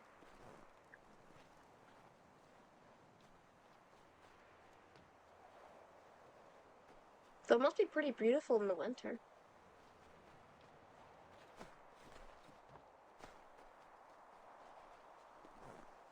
Yeah, fair point. Yeah. So I think to him it's like, nothing. Like that shit. And that's not even a word! That's not even a word!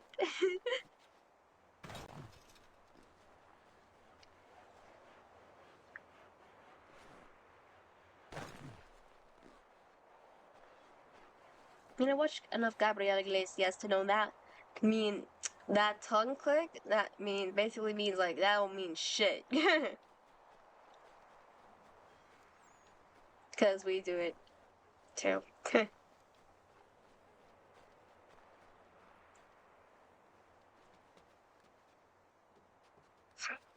Damn, Connor is so good at climbing.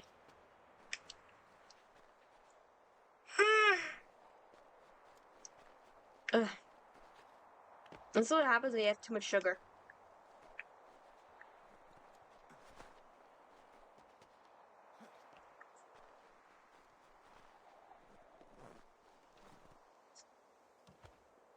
Oh, he grabbed on the flag.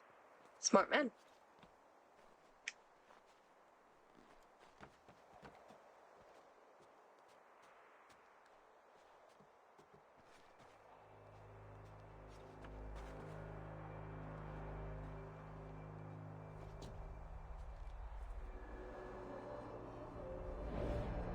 So cool.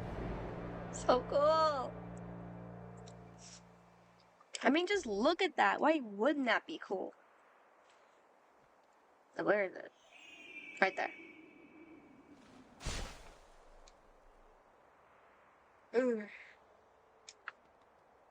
My neck. Let's see the map real quick.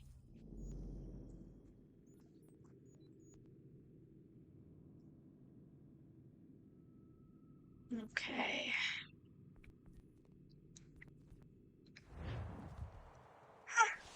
Glad you're back, though. I'm still a little eepy, but you know what? It's okay. That's what I get for having too much sugar.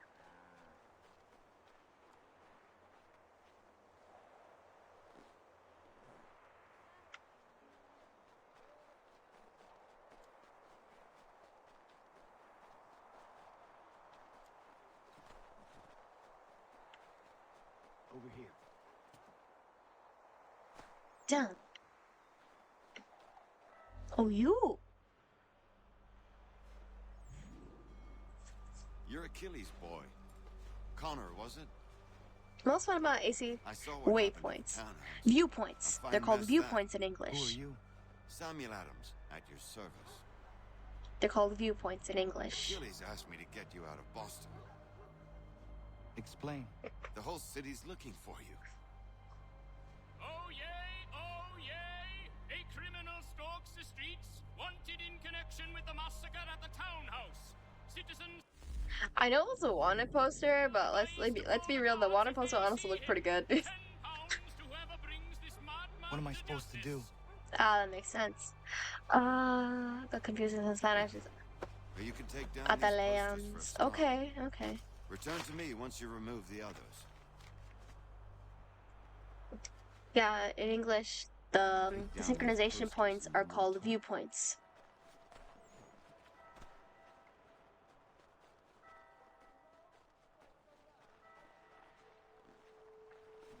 Why are there so many guards?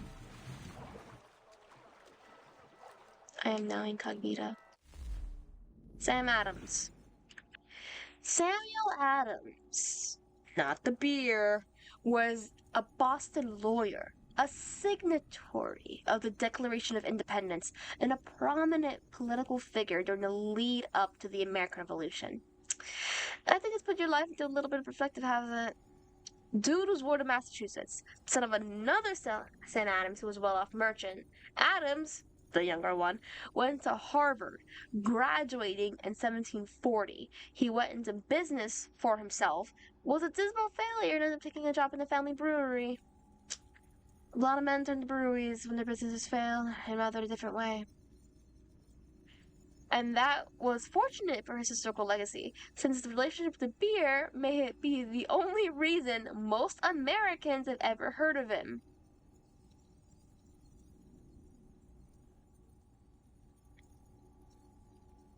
I'm gonna say nothing about that.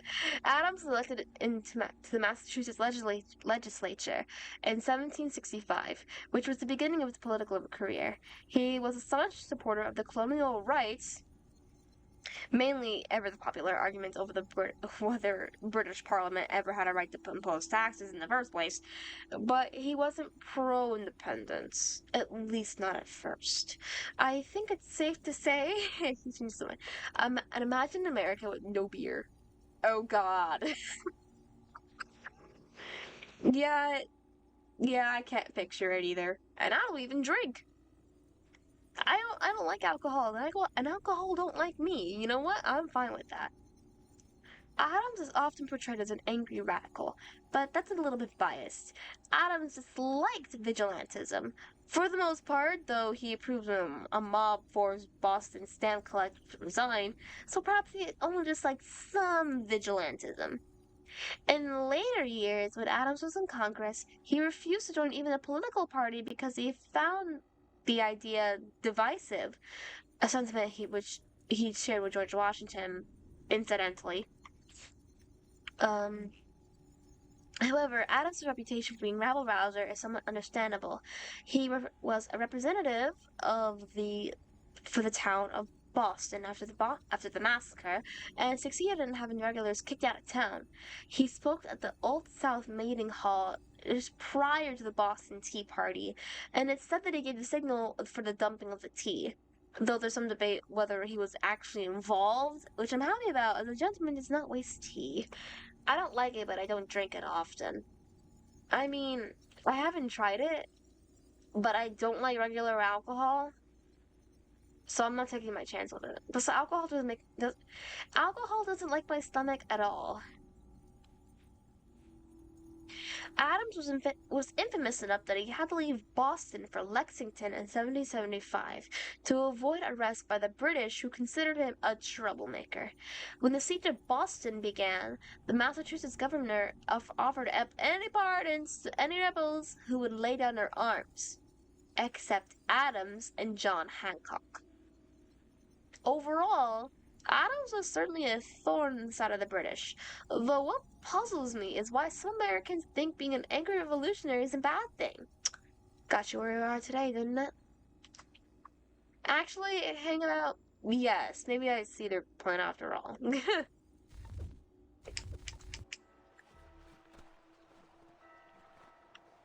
Let's see. There.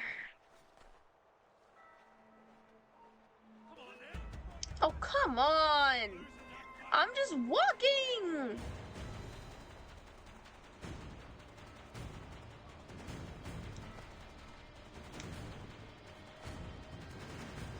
I can't just walk. I'm walking. I'm minding my own damn business.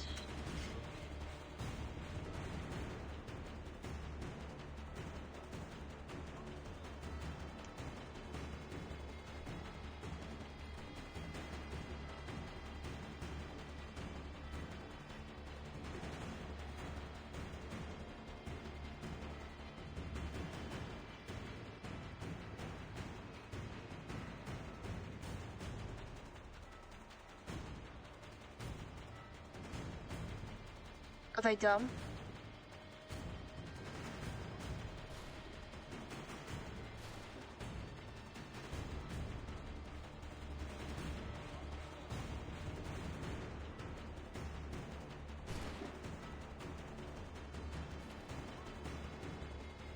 Nope, they're not dumb.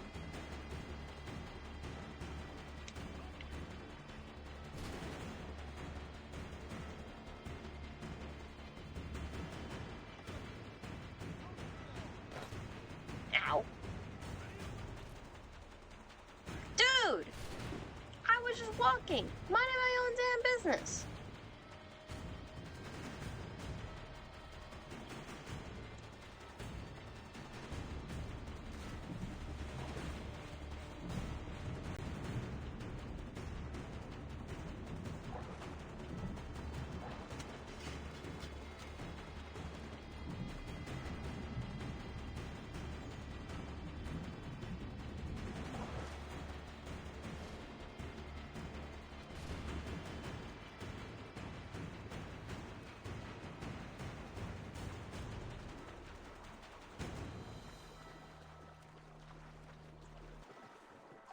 That's over.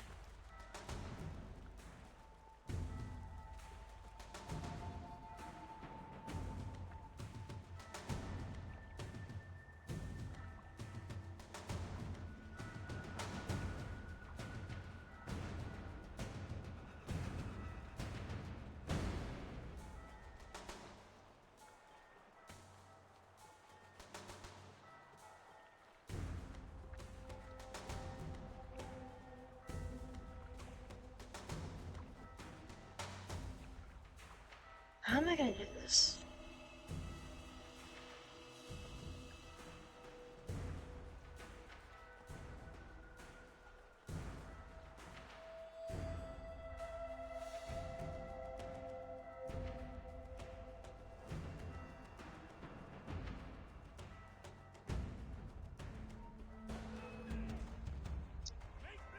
You want? So slow. Okay. Run towards the other one, Connor.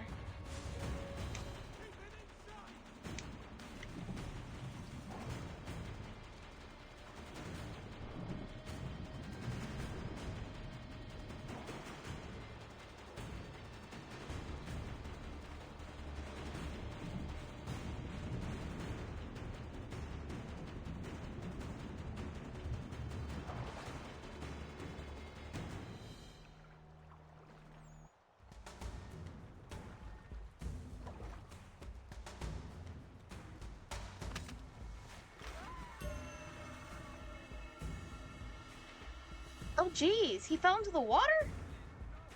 How the hell did that happen? I don't know how that happened. It just happened.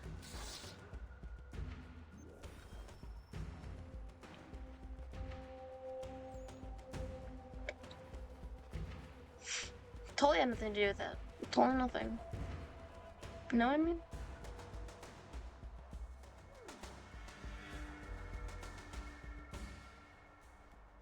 Ah, Connor. There you are. I'd like you to meet Cyrus. Hello. Is he the killer?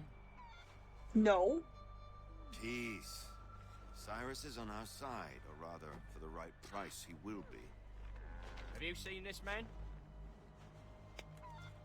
Watch and learn.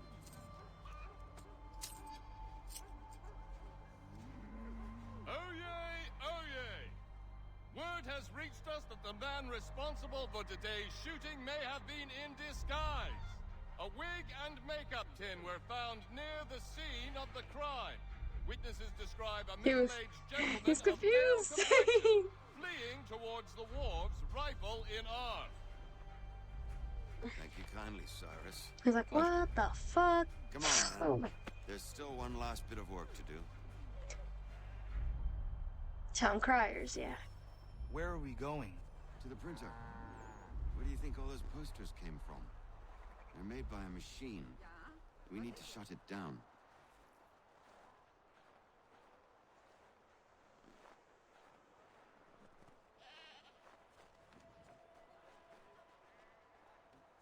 Move, chicken.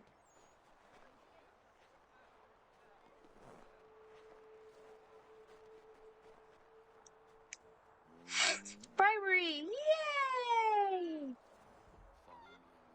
I mean, it's either bribery or I get killed every 5 seconds. And I'd rather not that.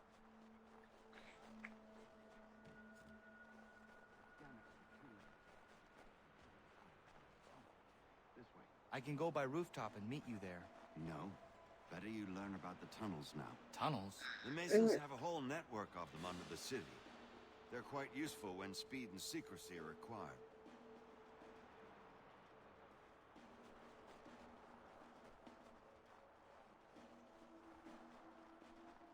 I mean, let's be real. Go away, mongrel. Leave. Now. Bribery is like the. Let me get that. Bribery is probably the least of the stuff that all the assassins did.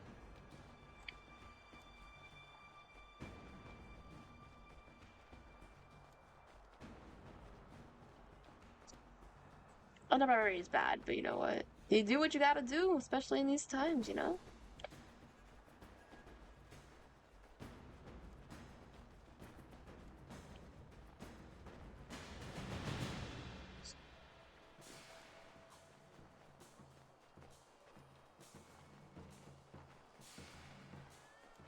Yep, Rogue taught me how reckless the assassins can be.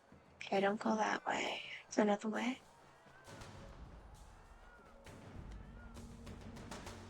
Keep a good distance, man. No loitering here, man.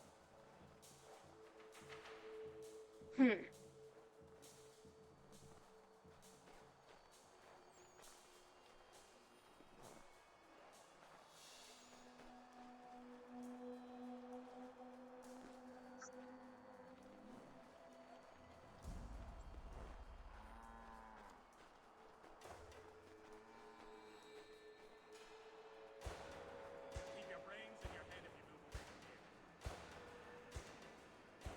from here. Can Sam climb?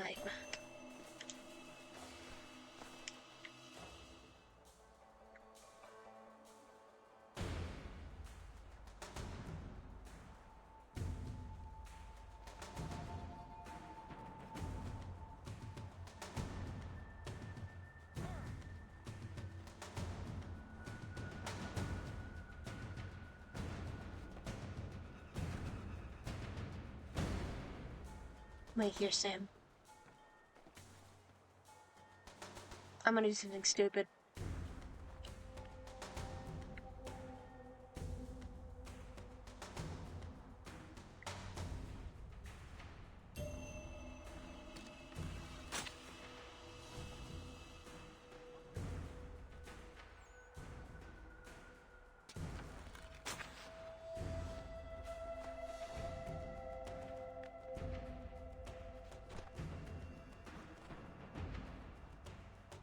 And no one will ever know. And you know what?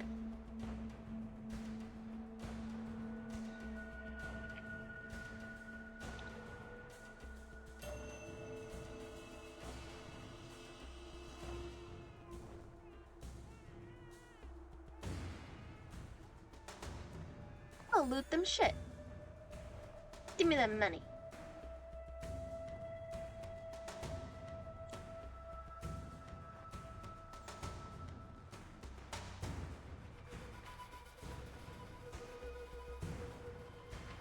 Yeah, looting is pretty much like half the stuff I did in Assassin's Creed 3. 2. Assassin's Creed 2. I'm playing Assassin's Creed 3. Here we are, then. I'll see you inside. Mm.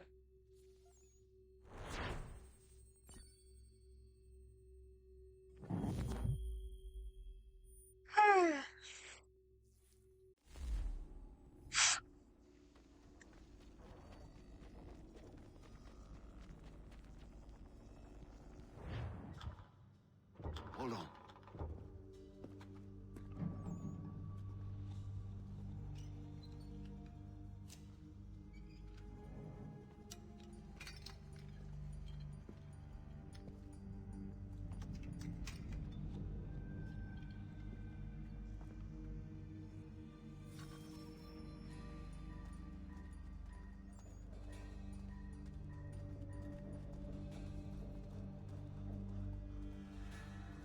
Use your lantern to light the lamps, Connor.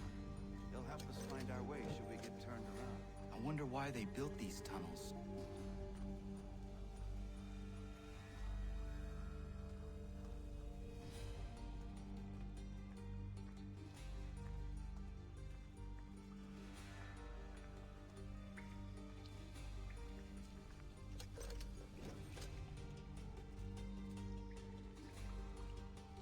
Excellent.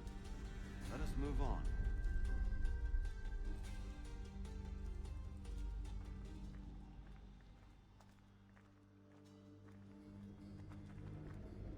Much as it pains me to say it, we must follow the rats, as they often move in the direction of an exit.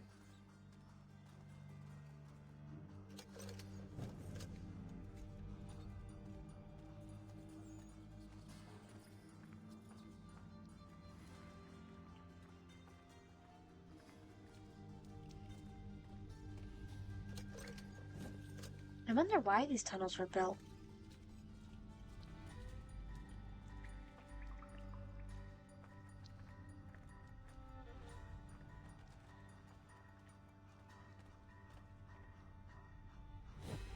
Well, well. You were right. I apologize for ever doubting. No wonder Achilles has taken such an interest in you.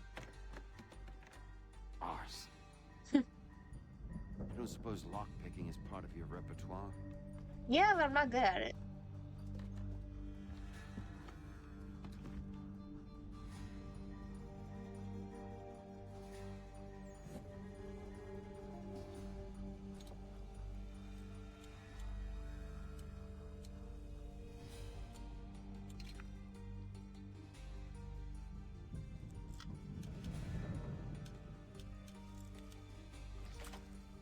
There you are.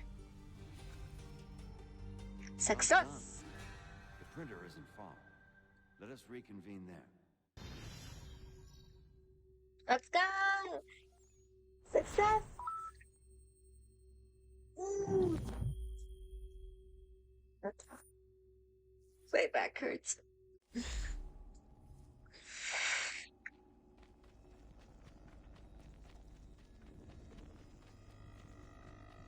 I missed the lockpicking. I missed the parts where we actually feel like assassins. From what I noticed in the current Assassin's Creed games, I don't really feel like I'm an assassin. I more or less feel like I'm just there, like a body. Like, I don't want to be a body. I want to be badass. The Old Earth Meeting House, I'll read that later.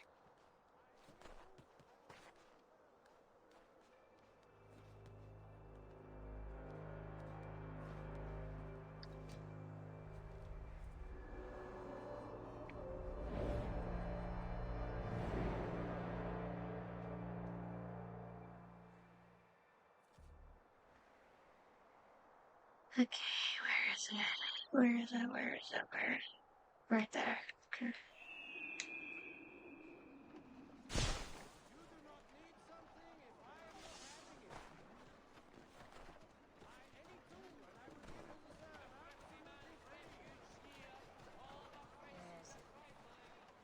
The widow Matheson? Well, I didn't Nothing know. to interest you. Hey! Well!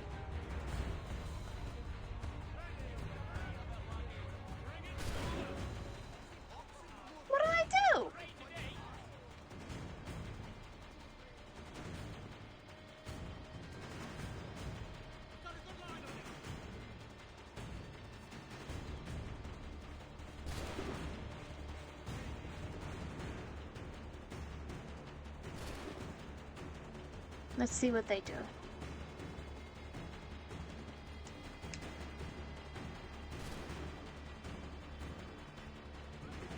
Damn, probably because notoriety level 1. Probably. You know what? Fuck this.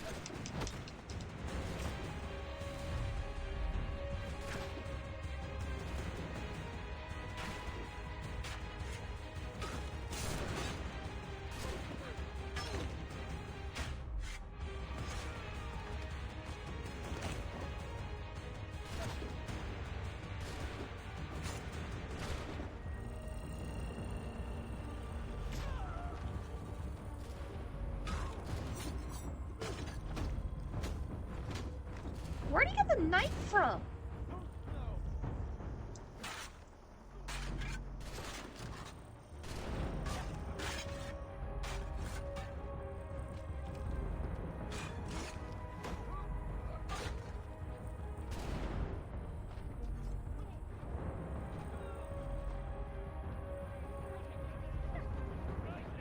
Yeah, this is just a bad idea all around. I need to get out of here.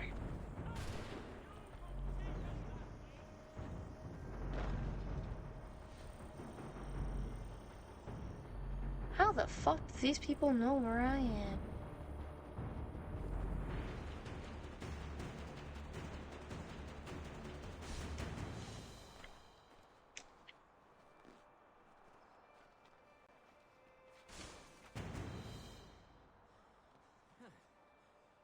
He might have stopped here.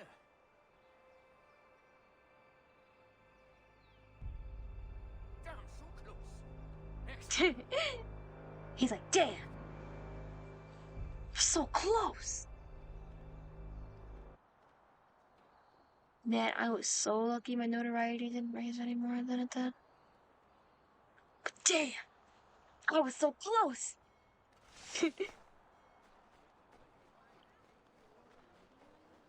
Bastard. Paul Revere house. Paul Revere lived here with his family from 1770 till about 1800, with some notable exceptions, such as when he had to lie low because he'd been warned on the countryside of the British March had been on Lexington and Concord. With what was the shortage of firewood in 76, and the loyalist instance of getting back at anyone who defied them in the past, you'd think this wooden house had been torn down too, but it wasn't. This might be because Revere left his eldest son, also named Paul, in town to watch over the estate. In any event, this building is still around today. One of Revere's descendants bought it in 1905 and turned it into a museum. It's now the oldest building in Boston. In fact, it was already 90 years old when Revere bought it. Colonial architecture is apparently superior than that of your average Mr. McMansion.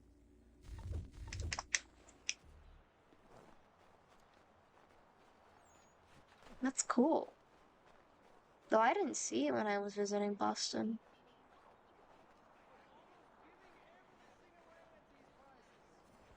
His father was a terribly lecherous man, often given to disreputable pursuits. It took me several months to see beyond that and accept that he is a dear, earnest fellow. Yeah, what's up? Having a good day? Doing well? Staying warm? Awesome, awesome, awesome.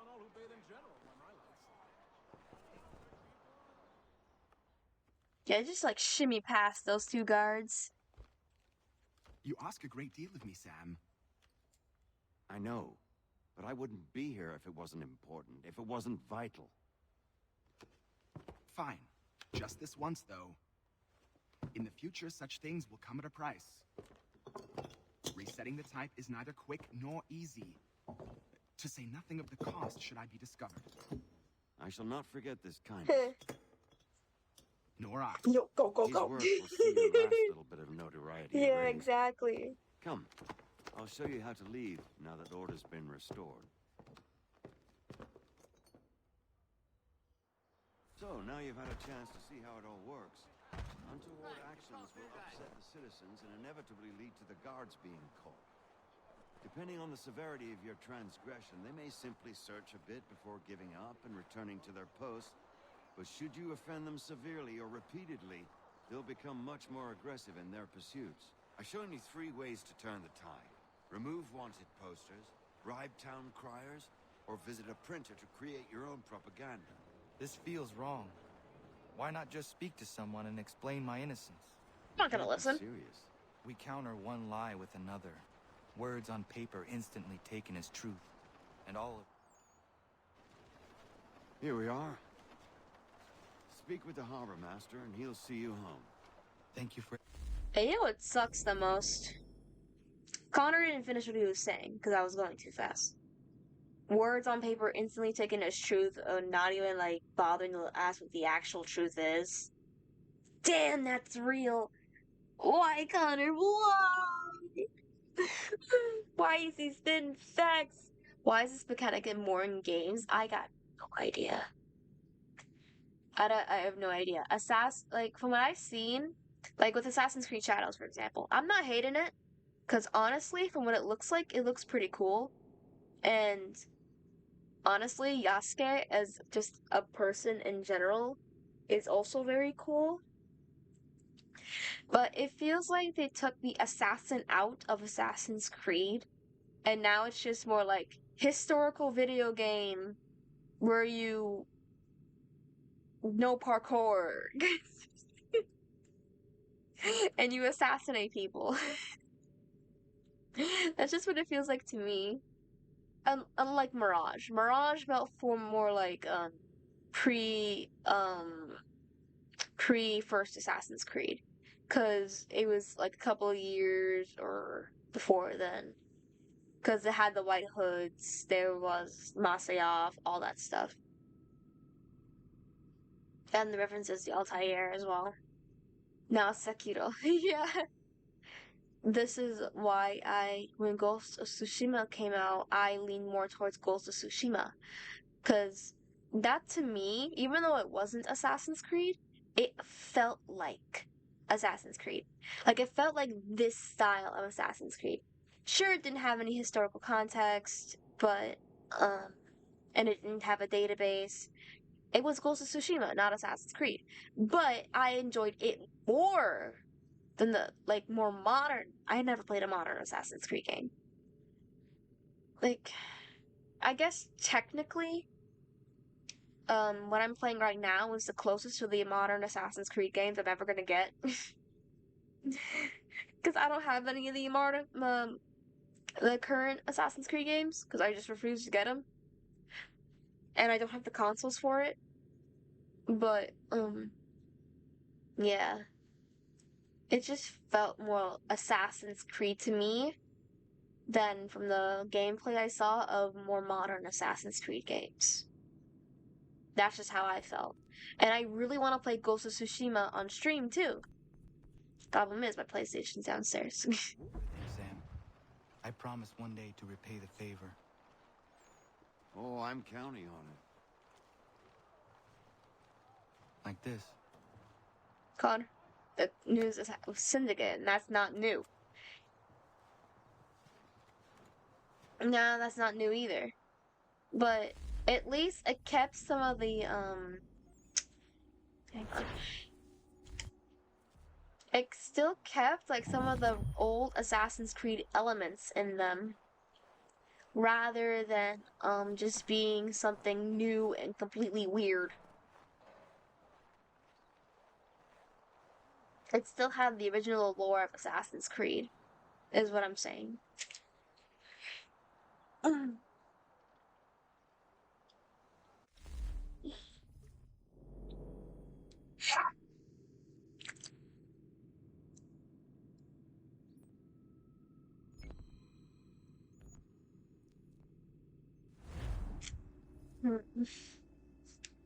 Man, I'm sleepy and I don't know why. Probably because I'm crashing on all the sugar all the sugar intake I had.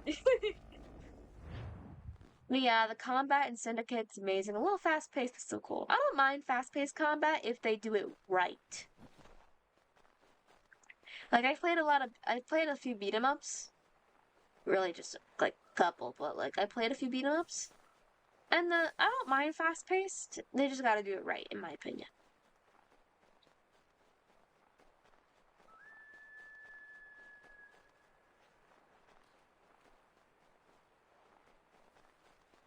But Syndicate, what actually looks cool to me are some of the DLCs. Especially like the Jack the Ripper one. That one looks cool. Or it's like about a literal serial killer. I don't know, I'm just interested in all that shit. But like, I just love how they just like bring more of the historical context to it.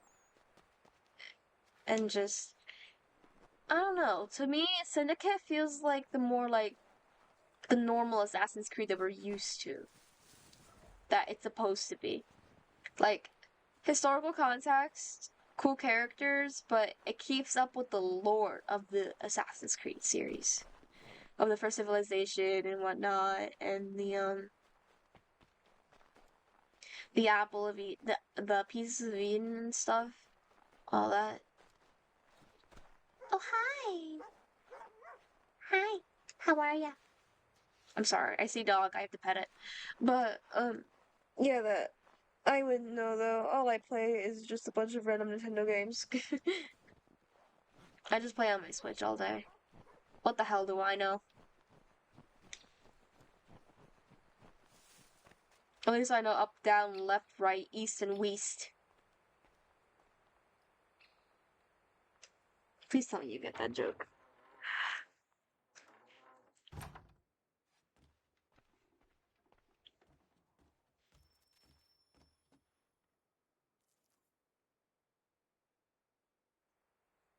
Ugh. Welcome back. Cold. You left me in Boston.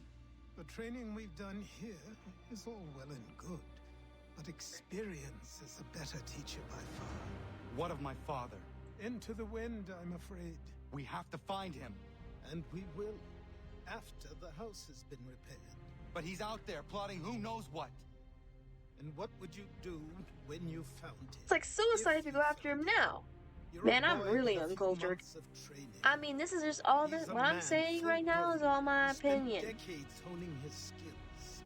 You just gotta remember, all I'm saying is mostly just my own opinion, so take it with like a grain of salt, or as much sodium as you can consume without dying. Or getting a heart attack.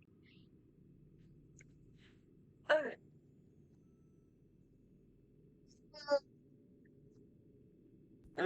So yeah. If you're going to stand a chance against the Templars, you're going to need these. I'm also stretching a lot. I need to stretch.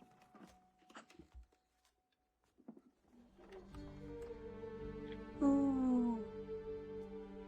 Go on before I change my mind. Ooh, when I wore the cosplay version of the Hidden Blades, of course it was all like leather and, you know, sort of plasticky, but I still felt cool. I don't get the jokes. No, you're good, you're good. The West is the SpongeBob joke. Like East, West, when it's really West. I'm just a plethora of SpongeBob memes. I have a problem.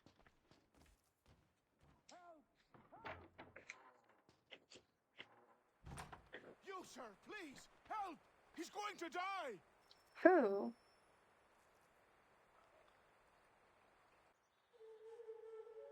Who? There's no time! Please come!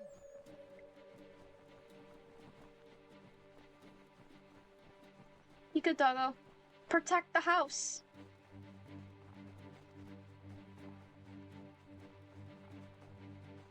You're good if you don't get the jokes, don't worry. Sometimes I'm just not that funny.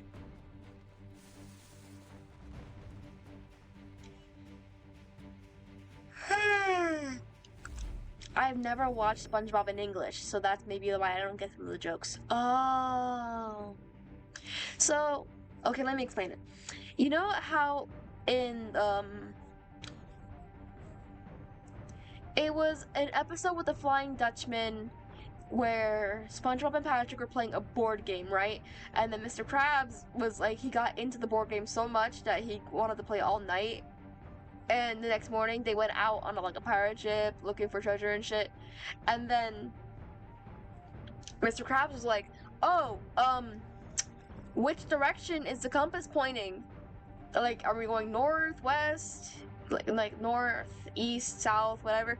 And the Patrick's like east? I thought we were going west. And Mr. Krabs is like, what compass are you using, you dumbass?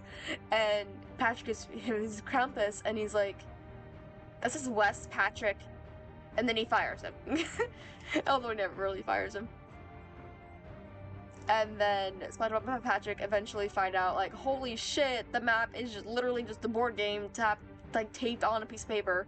And then the Flying Dutchman comes out and then gives him, like, 2 gold doubloons, and gives Mr. Krabs a plastic chest because he's a cheapskate.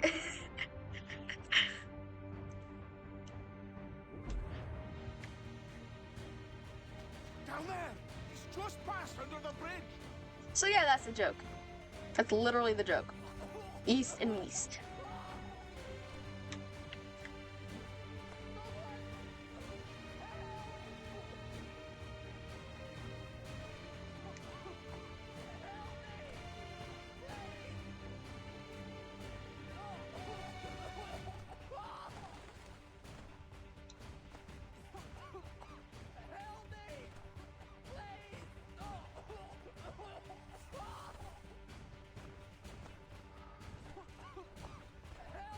East and west. Yes. We love going east and west. Yeah, east and west.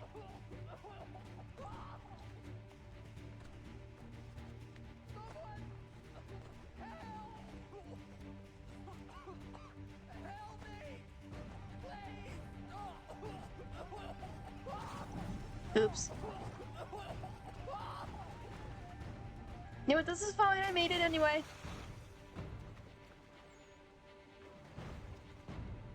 Yeah, I was supposed to go up on there and then grab him that way, but you know what, whatever. Yeah, east and west. Yeah. What this knobend is trying to say is he's forever in your debt, sir. Who you calling? A knobend? You, because you are one.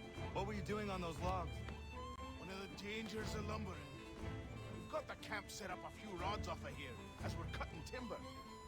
We're hoping to open a mill in the area.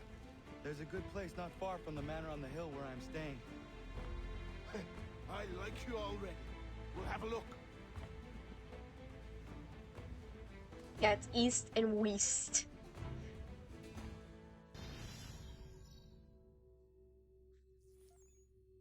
And then Mr. Krabs is like, that's west, Patrick. You know what? It's fine. Neck. I'll miss the peace and quiet, but we can certainly use the wood. The manor needs a lot of work. That and other things. Meet me at the small shack by the shoreline when you have time. There's something else you need to see. What is it? An asset. That can mean a lot of things, Achilles.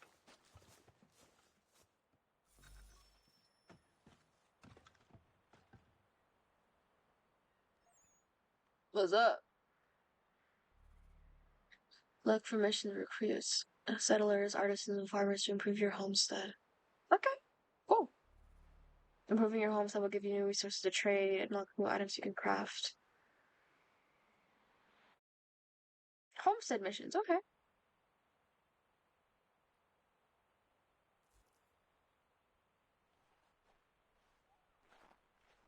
Yeah, I'll do that later. I'm not gonna do that now. I'll do that later later on into the game. I just want to unlock the Aquila.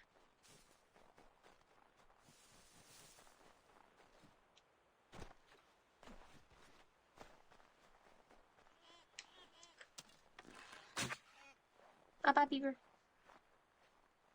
You little beaver.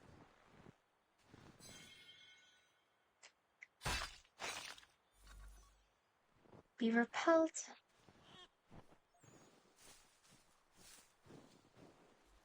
So I got my arrow back.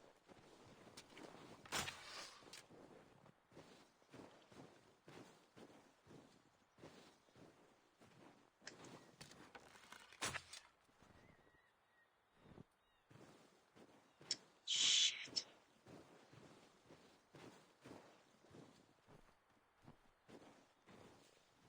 No, it's fine. Whatever.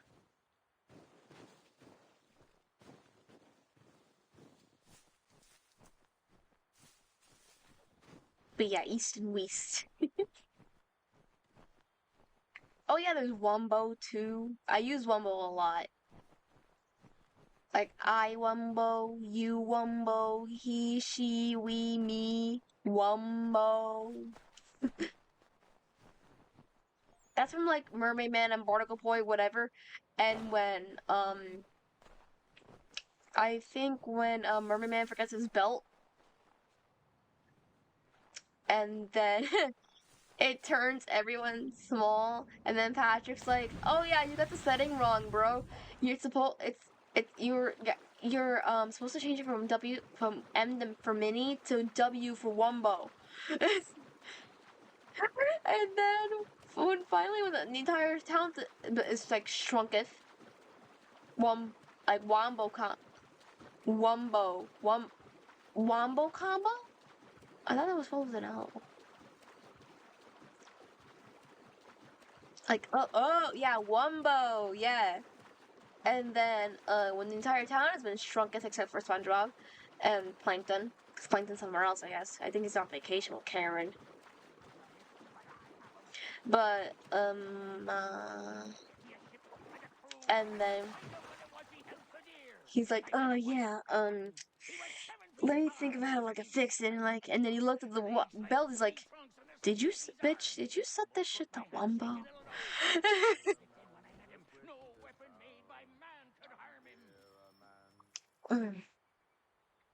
I think this will be the last mission for today. I know the stream's short, but at the same time too, bro, I'm tired. I just want to rest my neck and I want to go to bed and get off the sugar high. Do not speak the king's English? Oh, I didn't see you there, old man. Oh yeah, it smells like, yeah, it smells horrible. It smells like alcohol and probably piss. He's here to restore the property. Restore? Restore? Pardon my manners.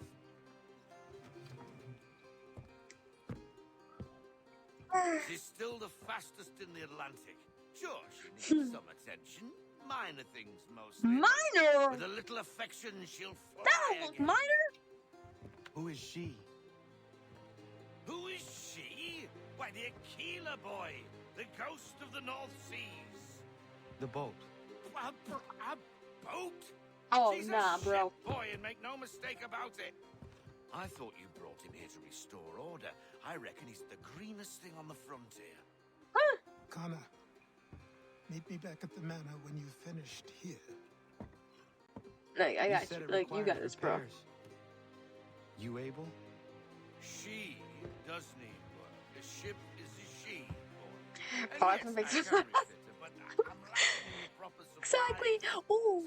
Or on Wish. Timber will help me get started. I can see to that. How long before she is able to sail again? I'm in a lot Just of pain. get me the lumber boy. I'll raise a crew. Bro, you need to get off the liquor. Robert Faulkner. Robert Faulkner is probably the most storied assassin of members of the Assassin's Navy, though he was never formally named to a position above first mate. Robert Faulkner was the fourth generation to become a seaman. I am so glad I did not say it out loud, because it's actually pronounced seaman. But I pronounced like seaman, because that sounds way less sus. But the first in his family to be recruited to work for the Assassins. He started off in the Royal Navy, but having his career stalled, partly due to his inability to purchase commissions, and left to work for the United Company of Merchants. It's Seaman! Exactly. Seaman. Yeah, exactly. It's Seaman, not Seaman. That's something else that I will not go into, even though I have the sexual content tag on.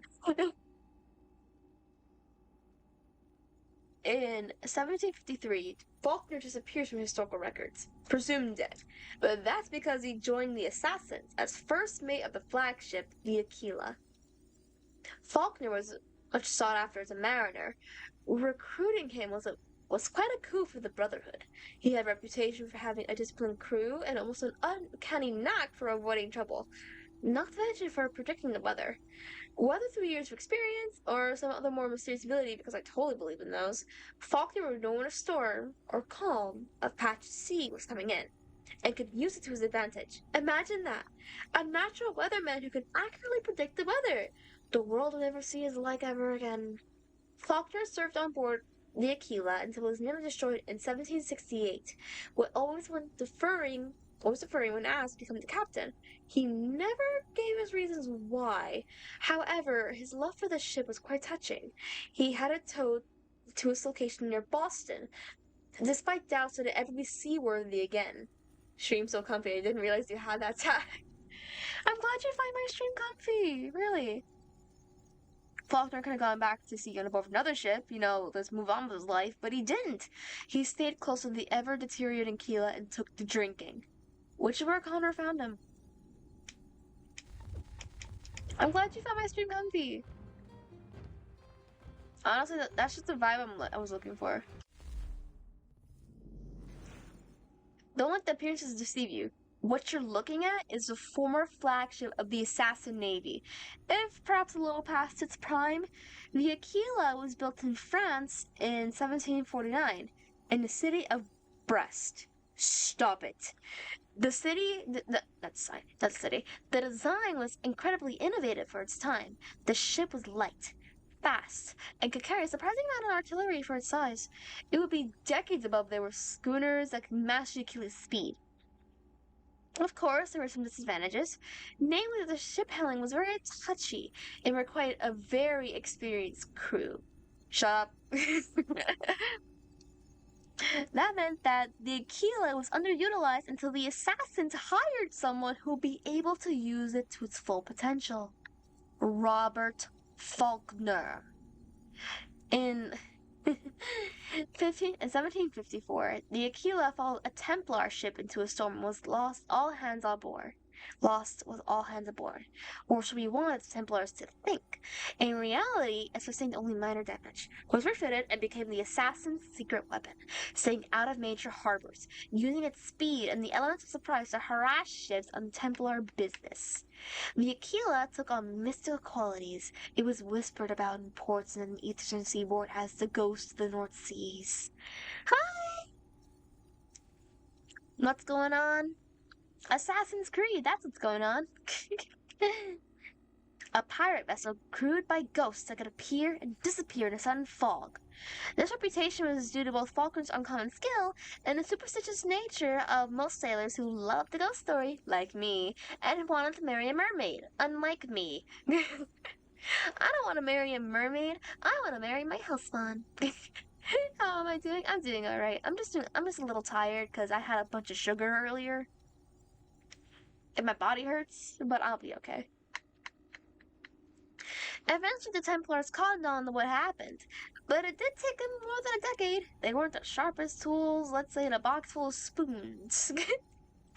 They were quite round. In 1768, the ship caught in a trap by 3 British frigates. The Aquila was able to limp away in battle, but ran aground in shallow water. The British left it for lost. Faulkner survived the battle and had the ship towed back to a private bay near Boston, where it and Faulkner slowly deteriorated. That is, until Connor found them both.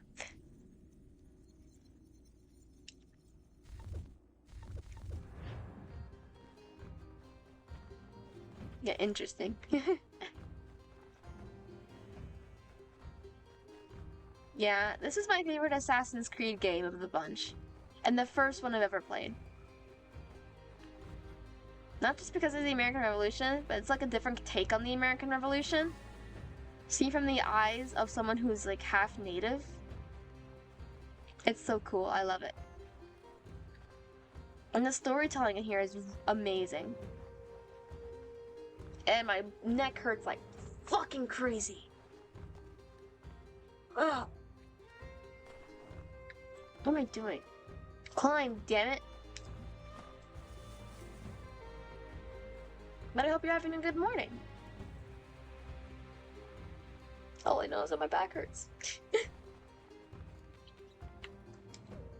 I might go to bed after this.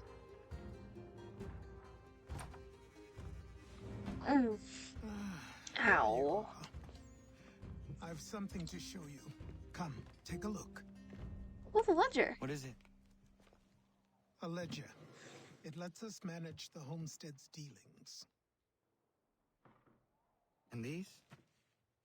That was years ago. Before the slow fever, before the Templars, before Just one more everything mission. collapsed. 3 hours later, I was wrong. But that's all in the past. Better we focus on what's in front of us. Take up the ledger, and I'll teach you how it all works. I'll be honest, I never really used a ledger the first time I played this. Because I never really understood it. Stockpiles allow you to purchase items from homesteaders and please.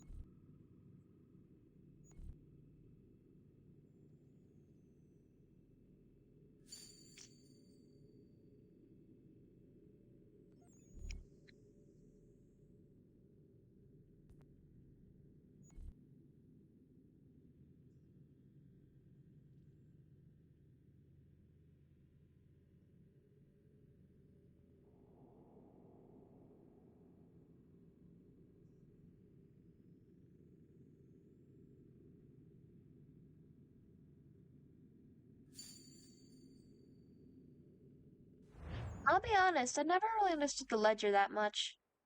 I'm a little stupid.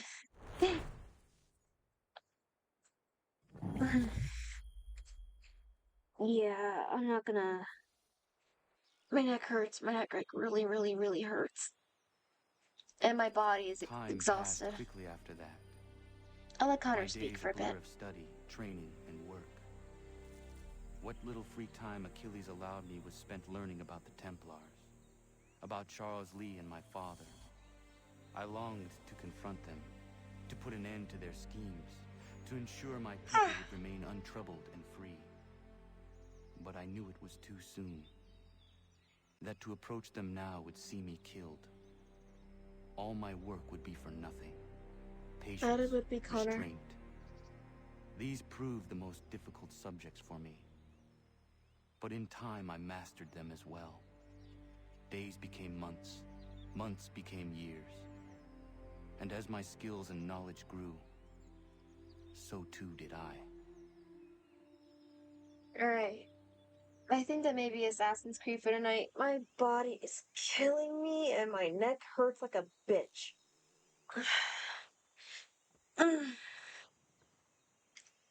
But at least it's good to know that I can actually use my windbreaker for once. Because my streamer lagged so badly whenever I put on my windbreaker, to the point where I couldn't even put on my windbreaker.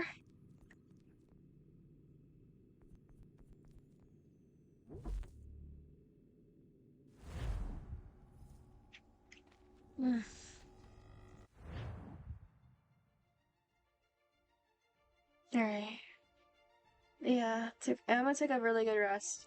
I'm gonna stream again. I'm gonna stream Deltarune tomorrow. It's Deltarune tomorrow. At least I think. Is it Deltarune tomorrow? Is it Deltarune?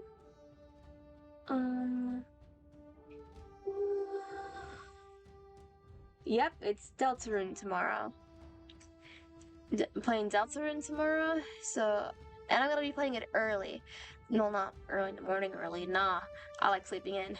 But early enough where hopefully some of you can still join me, but late enough where I can still get, like, sleep. Folklore Friday? Folklore Friday is still a thing, but this week Folklore Friday's gonna be on Thursday because I'm going somewhere with my family on Friday. And I won't be home until late. So on Friday itself, no stream. Folklore Friday will be on Thursday. If you want me to read folklore for turn it down so I can freaking think.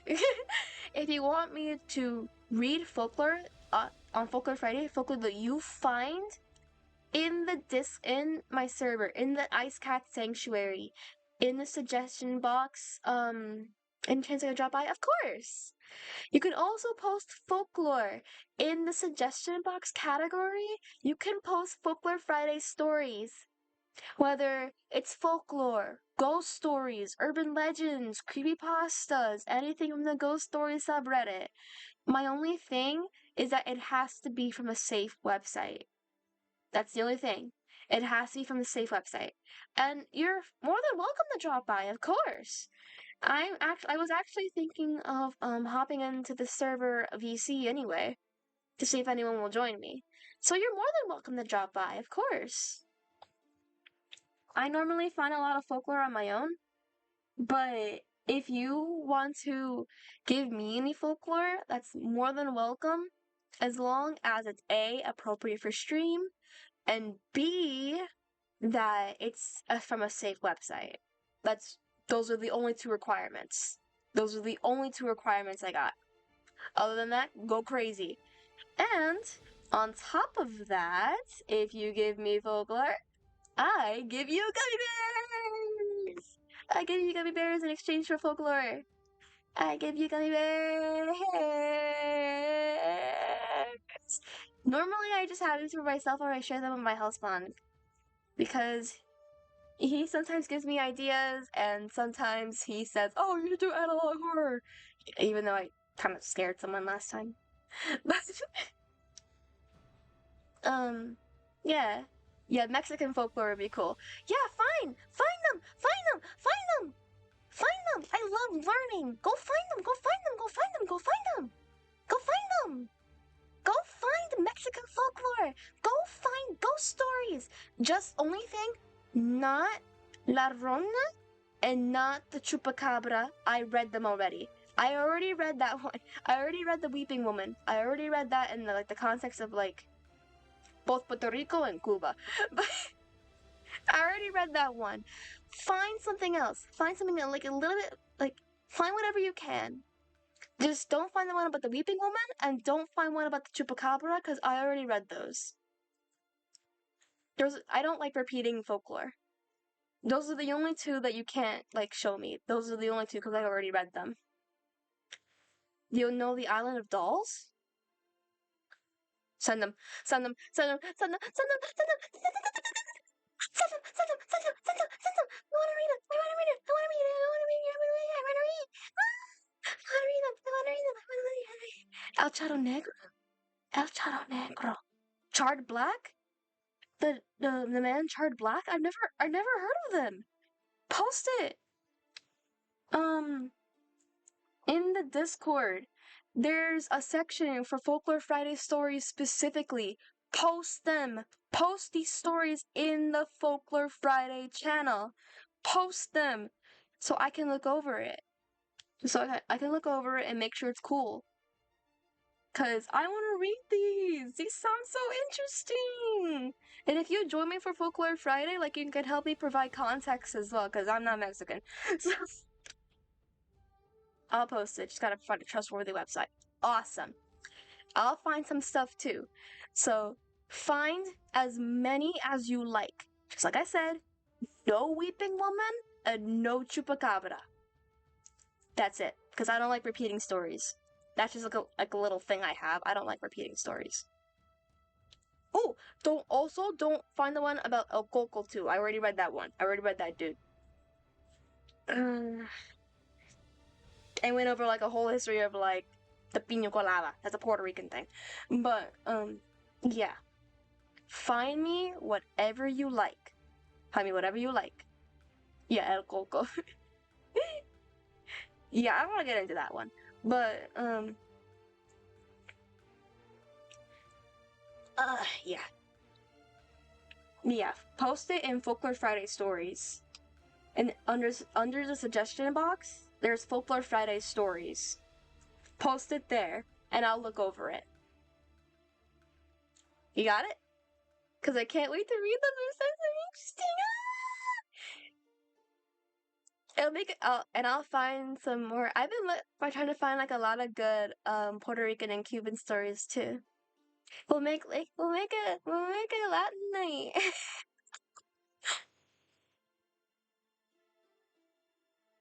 I mean, we're both Latinos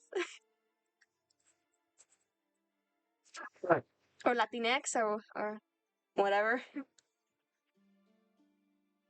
Okay, I found the official page in English. Okay, sweet. So I'll read them. So on Thursday, you can I'll hop on I'll hop in my stream room VC.